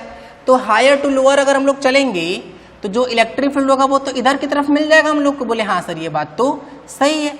तो जो इलेक्ट्रिक फील्ड होगा वो इधर की तरफ हो गया, ठीक है। अच्छा, इलेक्ट्रिक फील्ड हो गया भाई इधर, ओके। तो अब हम लोग इस वाले सेक्शन को, ये जो सेक्शन दिख रहा है इसको काट के बाहर निकाल लेते हैं। अगर हम लोग इस सेक्शन को काट के बाहर निकाल ले, तो देखना सुनना ध्यान से, ये ऐसे थोड़ा जूम जलाटा कर लिया जाए, जूम जूम जूम, और इधर की तरफ तो ये इलेक्ट्रिक फील्ड है इधर, ये हो गया इलेक्ट्रिक फील्ड। ये वाला पोटेंशियल भाई, ये वाला पोटेंशियल कितना 20, ये वाला पोटेंशियल कितना, बोले 30 वोल्ट, तो 20 वोल्ट और 30 वोल्ट, ठीक है। अच्छा, फिर ध्यान देंगे भाई, बोले सर ये कितना होगा, बोले कहाँ से कहाँ गए हैं, 20 से 30 ना, तो ये लेंथ कितना हो गया 10 सेंटीमीटर हो गया क्या, बोले हाँ सर ठीक है। अच्छा, अब ध्यान देते हैं थोड़ा, ये एंगल कितना 90 डिग्री, ये एंगल कितना, ये एंगल गिवन है कितना 30 डिग्री, तो ये कितना होगा, बोले सर ये जो होगा वो तो 60 डिग्री होगा, क्योंकि ट्रायंगल के तीनों एंगल का सम तो 180 ही होना चाहिए था, बोले हाँ सर ये बात तो ठीक है। अच्छा, अब भाई 20 पता है, 30 पता है, एंगल विंगल सब पता है हम लोगों को, ठीक है। तो हम लोग फॉर्मूला यूज करते हैं, फॉर्मूले करेस्पॉन्डिंग अगर हम लोग चले तो E इक्वल्स टू क्या हो जाएगा, minus dV by dr cos theta minus, ठीक है। क्या लिखेंगे, बोले फाइनल पोटेंशियल माइनस इनिशियल, क्योंकि ऐसे जा रहे हैं ना, तो 20 माइनस 30 अपॉन डिस्प्लेसमेंट पे ध्यान देते हैं। डिस्प्लेसमेंट कितना 10/100 इंटू कॉस 60 डिग्री, क्योंकि इलेक्ट्रिक फील्ड इधर है, डिस्प्लेसमेंट इधर है, और इनके बीच का एंगल कितना हो गया 60 डिग्री। कॉस 60 की value 1/2 minus minus 10 upon cos 60 1/2, 0 0 उड़ गया, तो यहाँ से 1/20 ऊपर जाएगा तो कितना आ जाएगा 200 वोल्ट पर मीटर। ये बात समझ में आ रही कि नहीं, तो ये इस तरीके से, ठीक है। अच्छा, तो ये तो कहानी समझ में आ गई, लेकिन सर हम लोग से तो वेक्टर फॉर्म में पूछा है, मतलब मैग्नीट्यूड भी चाहिए और डायरेक्शन भी चाहिए। तो एक बार ध्यान से देखते हैं, हमारे पास x और y है, इलेक्ट्रिक फील्ड जा रहा है बेचारा इधर, तो हम इलेक्ट्रिक फील्ड इधर बना दिए। ये वाले एंगल पे फोकस करते हैं, ये वाला एंगल तो पता ही है वो रहा, बोले कितना 60 डिग्री। ये दिमाग में क्वेश्चन नहीं ना आ रहा है कि सर ये ओरिजिन पे कैसे बना रहे हैं, क्योंकि पैरेलल इक्वल वेक्टर को तो हम कहीं भी शिफ्ट कर सकते हैं ना। जैसे मान लो अगर ये वेक्टर है, हम इसको हेड बोले, अगर ये वेक्टर ऐसे है तो हम इसको ऐसे ऐसे ऐसे ऐसे ऐसे ऐसे ऐसे ऐसे ऐसे ऐसे कहीं भी लेके जा सकते हैं, ठीक है। तो हम यहाँ लेके रख दिए। मैग्नीट्यूड कितना है, मैग्नीट्यूड हम लोग को पता है 200 वोल्ट पर मीटर। तो अगर हम इसको वेक्टर फॉर्म में लिखे तो इसका इधर कंपोनेंट आएगा x के लॉन्ग, जिसके साथ एंगल दिया होगा उसके साथ कॉस, तो माइनस 200 कॉस 60 आई कैप, माइनस आई कैप क्यों, माइनस इधर क्यों लगा दिए, क्योंकि भाई नेगेटिव x में आ रहा है ना इधर वाला कंपोनेंट, प्लस क्योंकि प्लस y में जा रहा है वो कितना 200 साइन 60 जे कैप। ये बात समझ में आ रही कि नहीं, बोले अच्छा ठीक है सर। cos 60 की वैल्यू 1/2, तो इलेक्ट्रिक फील्ड वेक्टर की वैल्यू कितनी माइनस 100 आई कैप, साइन 60 √3/2 कट पिट कर लेंगे तो प्लस में 100 √3 जे कैप। क्लियर हो रहा है ये आ जाएगा कितना, वोल्ट पर मीटर। नोट कर लो भाई, ये आ जाएगा हम लोग का इसका आंसर। ठीक है, अब आगे बढ़ रहे हैं, यहाँ सुनना ध्यान से भाई। ये तो खत्म हो गया, इक्विपोटेंशियल सरफेस पे थोड़ी और प्रैक्टिस कर सकते हैं, मल्टीपल कई सारे जगह से क्वेश्चंस करेंगे तो प्रैक्टिस और कर लेंगे तो और बढ़िया याद भी हो जाएगा और बहुत अच्छे तरीके से कॉन्सेप्ट समझ में भी आ जाएगा। ठीक है, तो अब हम लोग थोड़ा सा और आगे बढ़ रहे हैं, ध्यान से सुनना। देखो, अगर तुम्हें याद आ रहा हो तो इलेक्ट्रिक डाइपोल के टाइम पे पुरानी बात कर रहे हैं, वापस पुराना, क्योंकि जो बचा खुचा है वो तो हम निपटा के ही चैप्टर खत्म करेंगे ना। आज तो बहुत खुशी का दिन है, पता नहीं कितने सालों, मतलब ऐसा लग रहा है बहुत दिनों के लंबे इंतजार के बाद हम लोग का ये चैप्टर पूरी तरीके से फिनिश हो रहा है। तो भाई अगर हम लोग थोड़ा सा ध्यान दें तो इलेक्ट्रिक डाइपोल के टाइम पे हम इलेक्ट्रिक फील्ड तो निकलवा लिए थे, कहाँ कहाँ पे, एक्सियल पोजीशन पे और इक्वेटोरियल पोजीशन पे, जो कि बोर्ड के लिए बहुत इंपॉर्टेंट है। इतना इंपॉर्टेंट कि समझ लो एक्सियल और इक्वेटोरियल में ना कोई एक जरूर पूछा जाता है हर साल। ठीक है, बहुत भयंकर इंपॉर्टेंट है भाई वो। तो उस टाइम पे इलेक्ट्रिक डाइपोल की वजह से इलेक्ट्रिक पोटेंशियल कितना आता है एक्सियल और इक्वेटोरियल पर, वो बाकी रह गया। तो हम बोले थे कि जब इलेक्ट्रिक पोटेंशियल हम लोग का हो जाएगा तो हम लोग उसको डिस्कस कर लेंगे। ठीक है, अगर इक्वेटोरियल एक्सियल पर इलेक्ट्रिक फील्ड याद नहीं आ रहा है तो वीडियो जाके देखो। ठीक है, हम हो सके तो तुमको डिस्क्रिप्शन में या किसी जगह पर उसका लिंक दे देंगे, या फिर तुम प्लेलिस्ट में जाके इलेक्ट्रोस्टैटिक्स के वहाँ जाके सर्च कर लो। क्योंकि देखो हम तुमसे बोले ना, फिर से बात बोल रहे हैं भाई, इलेक्ट्रोस्टैटिक्स बहुत इंपॉर्टेंट चैप्टर था, इसीलिए बहुत लंबे समय तक खींच के खूब क्वेश्चन कर करके आगे बढ़े हैं। हर एक टॉपिक को बहुत समझाने की हम बेहतर कोशिश किए हैं ताकि तुमको खूब अच्छे समझ में आ जाए और वो लंबे समय तक याद रहे। ठीक है, तो इस बात को एकदम ख्याल रखना है, उसी तरीके से चलेंगे। तो अब हेडिंग लिख लेते हैं ताकि हम लोग अपना जो भी पुराना काम था उसको भी निपटा लें। तो हेडिंग इलेक्ट्रिक पोटेंशियल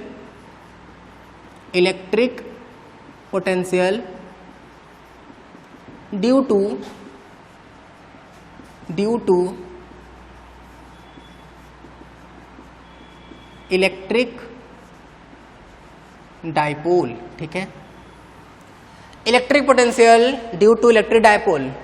कुछ भूला भूला लग रहा है क्या? तो हम हल्की फुल्की कहानी दोहरा देते हैं यहाँ पर। बाकी ज़्यादा जानकारी के लिए तुमको वीडियो ही देखना पड़ेगा, वो पूरा वीडियो देख लो जहाँ इलेक्ट्रिक डाइपोल में हम सब कुछ बात किए थे। हल्की फुल्की कहानी याद दिला देते हैं। डाइपोल क्या था? बोले -q + q के कॉम्बिनेशन को बोले थे। अगर हम इनके बीच के सेपरेशन को दो पार्ट में तोड़ दें, ये a डिस्टेंस, ये a डिस्टेंस, तो डाइपोल मोमेंट क्या था? बोले -q से +q की तरफ था। और कितना आया था? बोले 2qa आया था। यही कुछ था क्या? डायरेक्शन कहाँ से कहाँ था इसका? बोले जो डायरेक्शन था वो -q2 + q था। ठीक है, तो ये बेसिक बात है। तो इतनी बात करने समझाने के बाद इलेक्ट्रिक पोटेंशियल तुमको पता ही है कि भाई अगर हमको इलेक्ट्रिक पोटेंशियल निकालना होगा किसी भी पॉइंट चार्ज की वजह से r डिस्टेंस पर, तो हम उस पोटेंशियल को क्या लिखेंगे? kq/r। हल्की फुल्की कहानी रिवाइज करा दिए ताकि समझ में बेहतर तरीके से आए। ठीक है, तो नंबर 1 हेडिंग डाल लेते हैं, एट एक्सियल पोजीशन। ठीक है, प्रूफ करेंगे प्रॉपर ढंग से भाई, फिर कुछ न्यूमेरिकल्स करेंगे ताकि हम लोग को अच्छे से समझ में भी आ जाए और याद भी हो जाए। ठीक है, तो ये लिख लेते हैं और फिर हेडिंग लिख लेते हैं नंबर 1 एट एक्सियल पोजीशन। ध्यान देते हैं भाई, शुरू करें ना। एक्सियल पोजीशन क्या था? जो डाइपोल के अलोंग ही रखा हो। तो डाइपोल के अलोंग चलते हैं, पहले डाइपोल बना लेते हैं। ये डाइपोल -q, ये +q, ये पूरा मिलकर डाइपोल बनेगा। बोले फिर से वही मिड पॉइंट, ये डिस्टेंस a, ये डिस्टेंस a, और इसके मिड पॉइंट से स्मॉल r डिस्टेंस पर हम लोग एक पॉइंट ले रहे हैं। पॉइंट क्या? Capital P। वहां पे हम लोग को क्या निकालना है? Potential due to both charges, due to both point charges. तो बस सिंपल है, ऐसा करते हैं। पहले हम चुने प्रूफ ही है लेकिन यूज इसी फॉर्मूले का करना है। अरे भाई ये एक ऐसा क्वांटिटी था, ये एक स्केलर क्वांटिटी था कि नहीं, और जो चार्ज थे, charges are kept with sign. Charges को तो हम लोग साइन के साथ रखते थे। बोले हाँ सर ये बात तो सही है, तो बस चार्ज को हम लोग साइन के साथ रखेंगे और काम खत्म हो जाएगा।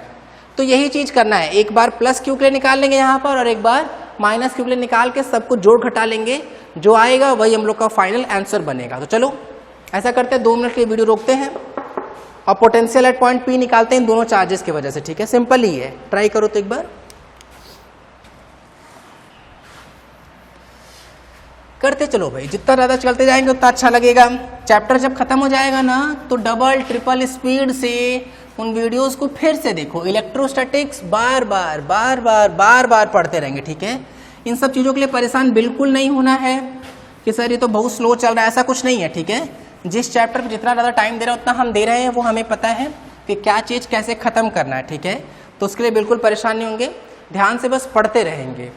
देखते हैं एक बार, अरे किधर भाग रहे हैं भाई।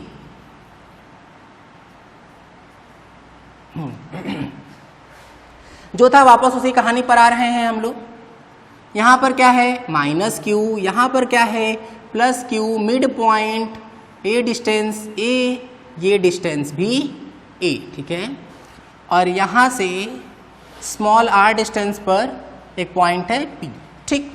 देखते हैं एक बार भाई, पोटेंशियल एट पॉइंट P लिखना शुरू करते हैं।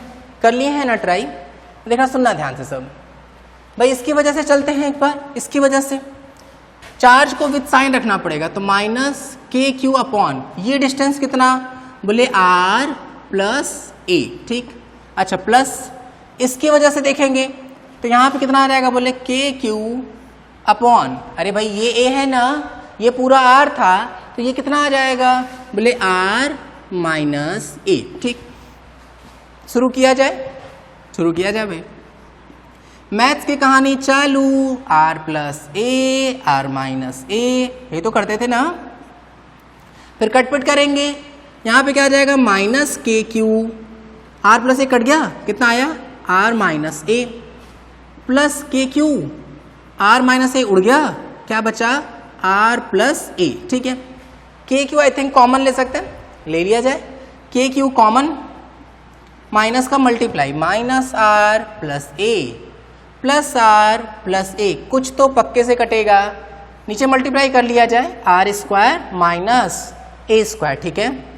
तो आई थिंक r कट जा रहा है, तो अगर हम r और r को उड़ा देंगे तो यहाँ पे आ जाएगा kq और a जुड़ के 2a हो जाएगा। नीचे क्या है r² - a²। अगर हम इस वाले पोर्शन पर फोकस करें q × 2a, तो डाइपोल मोमेंट बन गया। तो कितना आ गया ये, बोले sir kp upon r² - a², ठीक है। अच्छा, if r is much greater than small a, generally ऐसा ही होगा। डाइपोल्स बहुत छोटे होंगे, क्योंकि उस टाइम पे अगर याद हो तो हम डाइपोल्स के टाइम नाम लेते हम बोले थे कि भाई हम लोग ये केमिस्ट्री से उठा रहे हैं, HCl, HF, इन सब टाइप में तो बॉन्ड लेंथ बहुत कम होती है, क्योंकि एक तरफ प्लस एक तरफ माइनस मानते हैं ना। बॉन्ड लेंथ इतना कम होता है कि अगर हम किसी पॉइंट पे गए, जैसे अगर हम इतना मतलब ऐसे मान लेते हैं, हमारे इस फिंगर पर एक चार्ज है Q, एक और चार्ज है, ठीक है।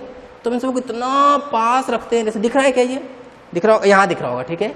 अगर हम इतना पास रख दिए और हम यहाँ पे कोई पॉइंट रख रहे हैं, तब तो वो इनके बीच का सेपरेशन कंपैरिजन बहुत बड़ा हो गया। तो जनरली r बहुत ज़्यादा होता है, a बहुत क्या होता है, छोटा। तो हम r² - a² को अप्रॉक्सीमेटली क्या लिख सकते हैं, बोले r² ही लिख सकते हैं। तो देन Vp क्या मिल जाएगा, बोले Vp = kp अपॉन r²। ये बात समझ में आ रही है क्या? तो ये इस तरीके से, ठीक है। अच्छा, अब इलेक्ट्रिक पोटेंशियल तो कैसी क्वांटिटी, स्केलर क्वांटिटी है, बोले हाँ सर ये बात तो है। तो थोड़ा सा एक बार फोकस करते हैं, क्योंकि अगर याद हो एक्सियल पोजीशन में तो हम लोग इलेक्ट्रिक फील्ड एक बार इस तरफ भी सोचे थे और एक बार इस तरफ भी सोचे थे, ठीक है। तो हम एक बार ना दूसरी तरफ का भी सोचवाते हैं, ठीक है। मान लेते हैं कि हम सिमिलर r डिस्टेंस पर कोई और पॉइंट लेट से कैपिटल Q ले लिए, ठीक है। मान लेते हैं एक बार को, ध्यान देना एक बार। अगर हम कैपिटल Q लिए तो बताओ इस वाले के लिए -kq के लिए क्या लिखेंगे, r - a, तो यहाँ पे r - a हो जाएगा। और प्लस q के लिए क्या हो जाएगा, बोले r + a। अभी इसको भूल जाते हैं, क्योंकि अब ये r का काम करेगा ना, तो r + a, तो ये कुछ पलट जाएगा। तो यहाँ पे r प्लस, यहाँ पे r-, यहाँ पे अब उल्टा पुल्टा हो जाएगा। क्या उल्टा पुल्टा होगा, बोले -r, तो यहाँ -a, यहाँ ऑलरेडी -a था, करके बताएं क्या, एक बार कर देते हैं। अच्छा, अगर हम पोटेंशियल एट क्यू पॉइंट लिखेंगे तो क्या लिखेंगे, जैसे इसकी वजह से लिखें अगर, तो माइनस के क्यू अपॉन आर माइनस ए, इसकी वजह से प्लस के क्यू अपॉन आर प्लस ए लिख लेंगे। अगर हम मल्टीप्लाई वगैरह करके के क्यू कॉमन देना, थोड़ा डायरेक्ट करते हैं एक बार, तो ये आएगा R square minus A square multiply minus R minus A plus R minus A. तो ये आर आर तो अभी भी उड़ेगा जैसा पिछली बार उड़ गया था, लेकिन पिछली बार बचा था ए और ए प्लस ए बचा था, यहाँ पे माइनस ए बच रहा है।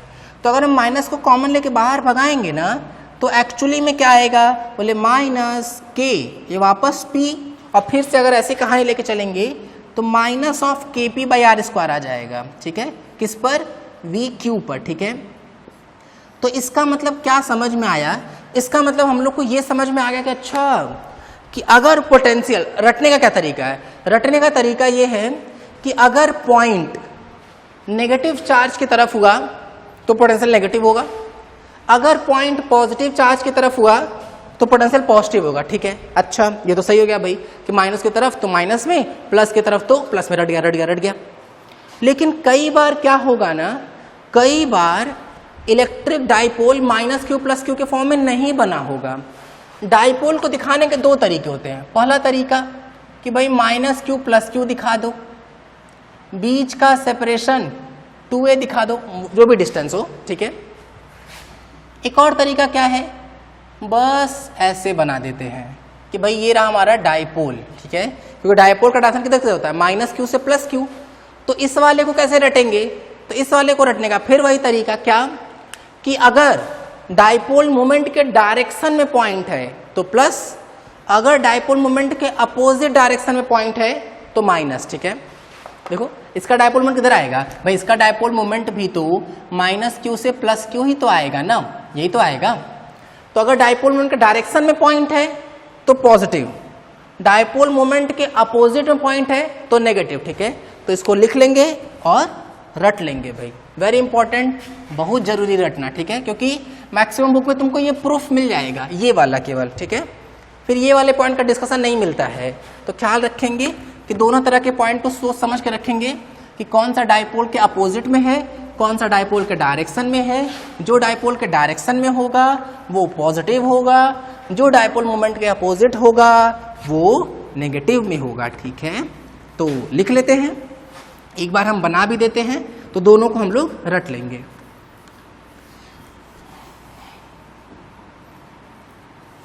वेरी इंपॉर्टेंट भाई, वेरी इंपॉर्टेंट बात।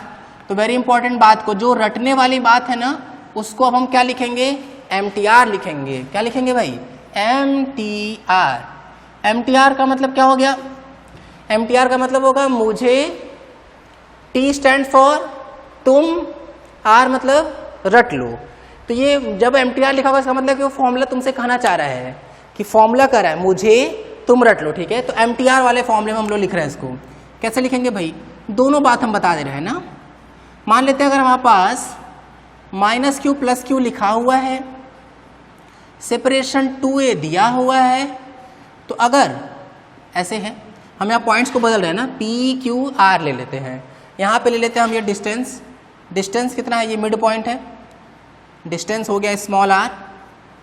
तो अगर हम इस पॉइंट का पोटेंशियल लिख रहे होंगे VR, तो VR क्या आएगा, VR आ जाएगा KP बाई, क्या आया था भाई, KP बाई R स्क्वायर। ठीक है, ये इस तरीके से है।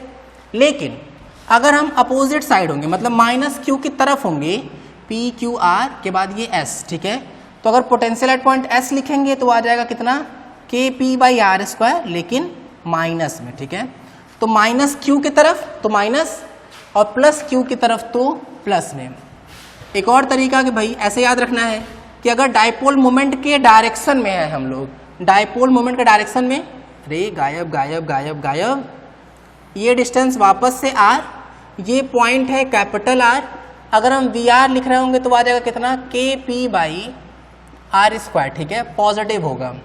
लेकिन अगर हम डाइपोल मोमेंट के अपोजिट में चल रहे हैं, ऐसे डिस्टेंस हो गया R, ये पॉइंट हो गया कौन सा, Q। ठीक है, तो हम लोग PQRS ना, S ना, तो वी एस क्या लिख लेंगे, फिर से वही कहानी, के पी बाई आर स्क्वायर, लेकिन डायपोल मोमेंट के अपोजिट डायरेक्शन में है इसलिए नेगेटिव हो जाएगा, ठीक है। तो ये इस तरीके से, और ये है हमारा डायपोल का लेंथ। फिर से वापस इसको डिजाइन बना दे रहे हैं, ऐसे ऐसे ऐसे डार्क कर दे रहे हैं ताकि पहचानने में आ जाए। अरे पहचानने में आ रहा है ना, ठीक है। तो इस तरीके से, ठीक है। तो रट लेंगे, माइनस क्यू के पास तो नेगेटिव, प्लस क्यू के पास तो पॉजिटिव। क्लियर, रटो दोनों बात भाई, ये दोनों बात रट लेंगे। अब हम एक छोटा सा क्वेश्चन दे रहे हैं, ध्यान से उसको सॉल्व करना है, ठीक है। यू जगह बना लिए, जगह बन गया, ठीक है। देखो तो हमारे पास एक डायपोल रखा हुआ है, डायपोल, ये रहा डायपोल। हमारे पास दो पॉइंट है, एक पॉइंट है स्मॉल ए, एक पॉइंट है स्मॉल बी। ये जो डायपोल मोमेंट है ना, डायपोल मोमेंट की वैल्यू दे दी गई कितनी, 2 कूलॉम मीटर। अरे डायपोल मोमेंट का फॉर्मूला क्या होता है, Q इंटू 2A होता है ना, तो कूलॉम मीटर हो गया। तो डायपोल मोमेंट की वैल्यू गिवन है भाई, ये इस तरह से P की वैल्यू है 2 कूलॉम मीटर। अच्छा, ये B का डिस्टेंस दे दिया गया हम लोगों को कितना, 10 सेंटीमीटर। A का डिस्टेंस भी है कितना, 10 सेंटीमीटर, ठीक है। अब लिखा गया क्या क्वेश्चन में, if a point charge 1 microcoulomb is moved from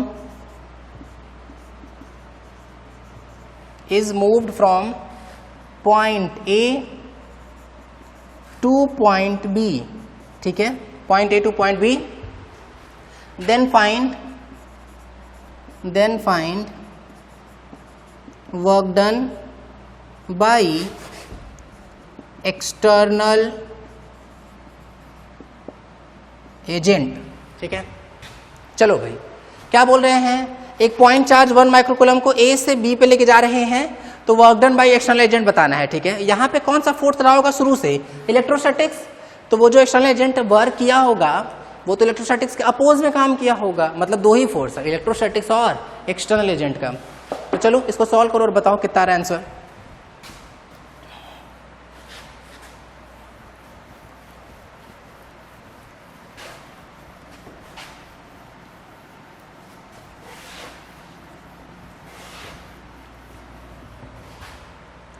अरे मिट नहीं रहा है क्या भाई ये,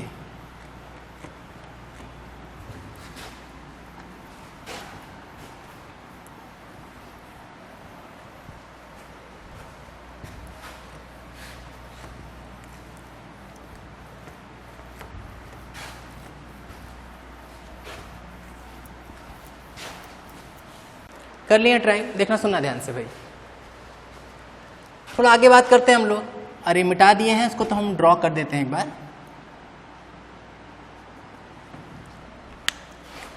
हम लोग के पास दिया हुआ है, ये है इलेक्ट्रिक डायपोल, जिसका डायपोल मोमेंट हम लोग को पता है कितना, 2 कूलॉम मीटर, ये गिवन है।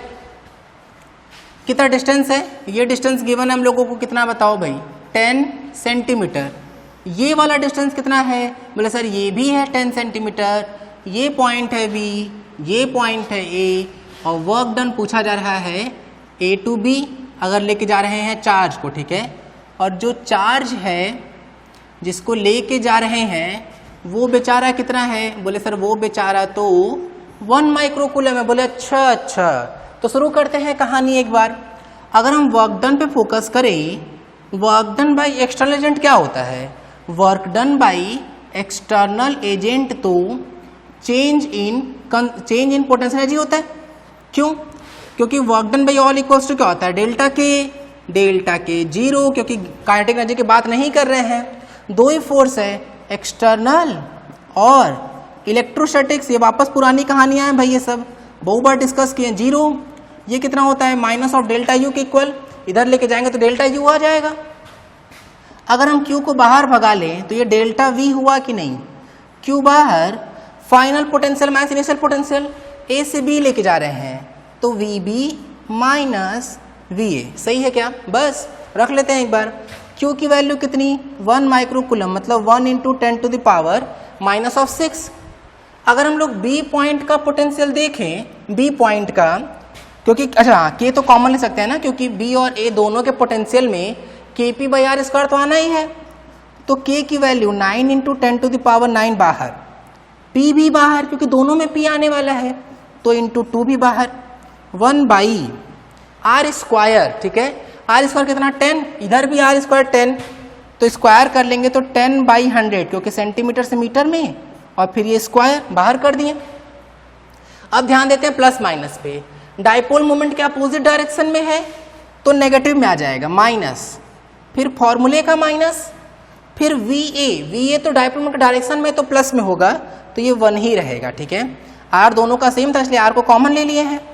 यहाँ से अगर हम कट पिट कर लेते हैं, कट स्क्वायर कर दें तो 100 ऊपर जाएगा ये। ठीक है, तो कितना आ जाएगा 9 इंटू 2 इंटू -2 इंटू ये 10⁻9 और ये 10⁻2, 10⁻11 में से 6 माइनस कर देंगे तो 10⁻5 आ जाएगा। ये मल्टीप्लाई करने के बाद 9 4 जा 36, तो ये आ जाएगा -36 माइनस 3.6 इंटू 10⁻6 क्या जूल, क्योंकि सब कुछ हम लोग एमकेएस सिस्टम में पुट किए हैं। ठीक है, तो ये इस तरीके से आ जाएगा, लिख लो, आ जाएगा आंसर भाई। क्लियर हो रही है बात? तो ये इस तरीके से हम लोग को ना ये चीज़ बहुत इंपॉर्टेंट है और ख्याल भी रखना है कि इसी तरीके से हम लोग पोटेंशियल पर बेस्ड डाइपोल वाले क्वेश्चन आराम से कर सकते हैं। ठीक है, अब नेक्स्ट हम लोग हेडिंग डालते हैं। अभी किसकी बात किए हैं? अभी हम लोग बात किए हैं एक्सियल पोजीशन पे। सिमिलर तरीके से हम लोग बात कर लेते हैं किस पर? इक्वेटोरियल पोजीशन पर। ठीक है, जैसे वहाँ नहीं किए थे इलेक्ट्रिक फील्ड में भी कि पहले एक्सियल पे डिस्कस किए थे, फिर इक्वेटोरियल पे किए थे, फिर क्या किए थे याद आ रहा है क्या? वहाँ ना इलेक्ट्रिक फील्ड 3 पॉइंट पे निकाले थे। एक पॉइंट क्या था? एक्सियल। ठीक है, सेकेंड पॉइंट क्या था? इक्वेटोरियल। थर्ड पॉइंट क्या था याद है किसी को? At equatorial point. ठीक है, थर्ड पॉइंट था वहाँ पे जनरल पॉइंट, जनरल निकाले थे हम लोग, वैसे यहाँ भी करेंगे। अच्छा देखते हैं भाई, ले लेते हैं पहले हम लोग dipole, -q + q mid point A. ठीक है, और यहाँ से P पॉइंट पे हम लोगों को पोटेंशियल कैलकुलेट करना है, जो सेंटर से कितने डिस्टेंस पर है?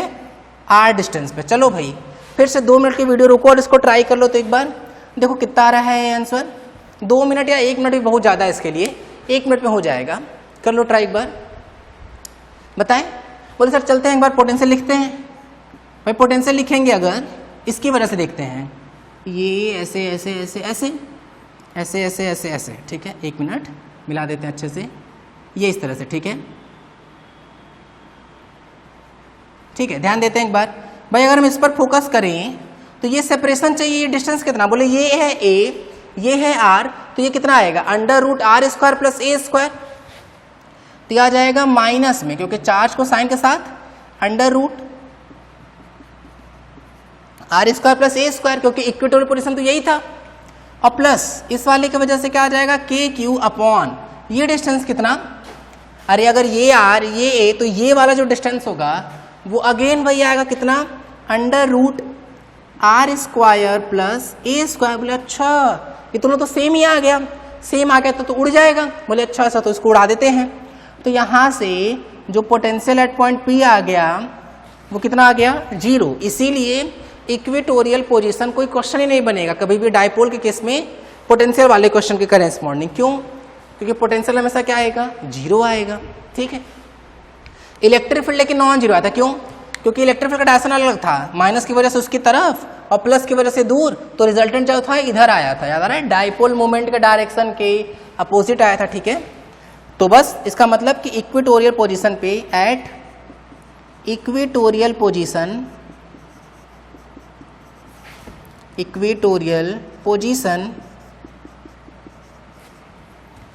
Potential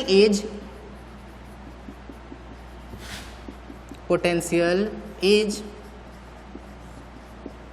always 0 due to dipole. बात समझ में आ रही है? तो ये इस तरीके से है कि भाई डाइपोल की वजह से इक्वेटोरियल पोजीशन पे हमेशा जो पोटेंशियल है वो कितना आएगा, 0 आएगा। नोट कर लो इसको।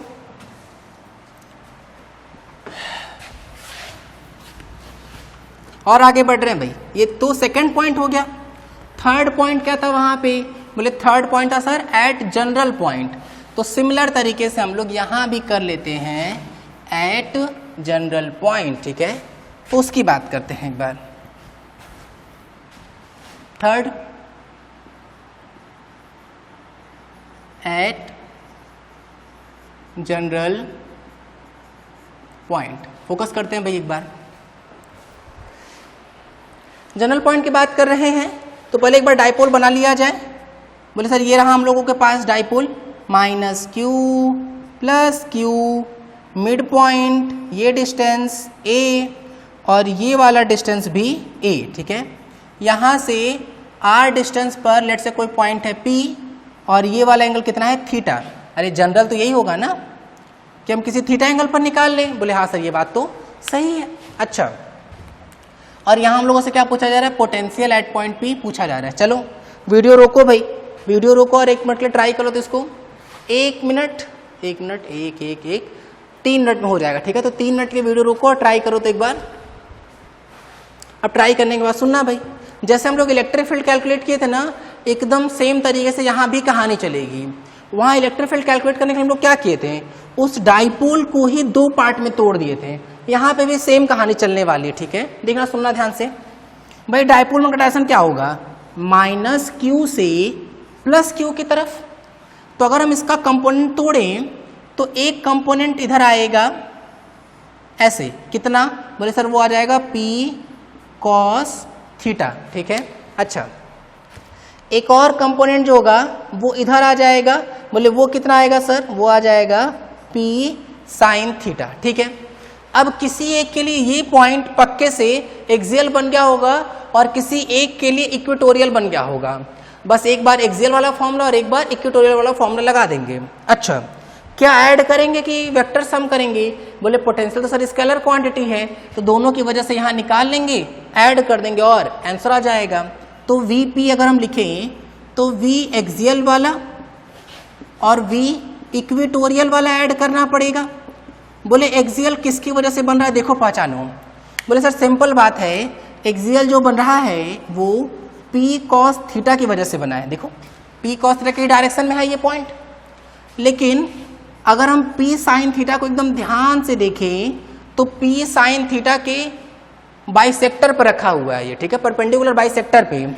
और इक्वेटोरियल का पोटेंशियल कितना आया था, 0 आया था, तो 0 ही हो गया।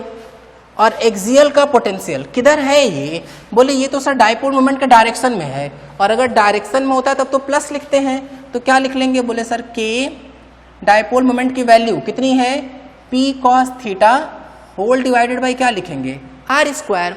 इसका मतलब कि यहाँ से वी पी कितना आएगा, k p cos theta upon r square, ठीक है। ये आ गया हम लोग का जनरल, ठीक है। चेक करते हैं फॉर एक्सियल, अगर एक्सियल के लिए चलना है, इसको एक्सियल पॉइंट बनाना है, तो थीटा को क्या रखना पड़ेगा, 0, क्योंकि थीटा 0 रखेंगे तो ये यहीं कहीं आ जाएगा कि नहीं। इसका मतलब कि एक्सियल के लिए क्या रखना पड़ेगा, थीटा की वैल्यू 0। अगर हम थीटा 0 रख दें तो वी एक्सियल कितना आएगा, कॉस 0 की वैल्यू 1, तो कितना आ गया, के पी अपॉन आर स्क्वायर, ठीक है। अच्छा, अगर हम लोग इक्वेटोरियल के लिए चले, फॉर इक्वेटोरियल बनाना है, मतलब इस डाइपोल के, मेन डाइपोल तो यही था ना, इसके परपेंडिकुलर रखना पड़ेगा, तो थीटा को 90 डिग्री रखना पड़ेगा कि नहीं। तो थीटा इक्वल कितना, बोले सर 90 डिग्री, कॉस 90 कितना, 0। तो जो वी इक्वेटोरियल है वो कितना आ जाएगा, 0 आ जाएगा। तो देखो यहाँ से जनरल वाले से हम लोग दोनों चीज प्रूफ कर लिए, एक्सियल वाला भी और इक्वेटोरियल वाला भी, ठीक है। तो इन तीनों में से कोई भी एक बोर्ड पूछा जा सकता है, ये थोड़ा कम इंपॉर्टेंट है लेकिन इलेक्ट्रिक फील्ड का बहुत इंपॉर्टेंट था, ठीक है। तो अगर याद नहीं आ रहा है तो उसको जाके ध्यान से पढ़ना है। बस करते हैं भाई, फाइनली ये चैप्टर जो इलेक्ट्रोस्टैटिक्स का पार्ट 1 था, मतलब ये खत्म हो गया। अब हम लोग नेक्स्ट लेक्चर से next chapter Gauss law start करेंगे, ठीक है। बस करो। लेकिन ध्यान से ना वीडियो रिपीट करते रहना, बार बार अपने दिमाग से खुद ही पूछो। जैसे नोट्स है ना, जैसे अगर तुम थोड़ा भी हमारे ऊपर बिलीव कर रहे हो, देखो पहले ऊपर ना टीचर के ऊपर बहुत भरोसा करना पड़ेगा तुमको कि नहीं यार जो टीचर पढ़ा रहे हैं वो सही चल रहा है, बोर्ड के करेस्पॉन्डिंग चल रहा है, सब कुछ ध्यान रखना पड़ेगा। तो इस बात का हमेशा ख्याल रखना है कि नहीं अच्छा अगर सर ये खत्म कर दिया तो इसका ये मतलब नहीं कि पूरा काम खत्म, हमारा भी खत्म हो गया।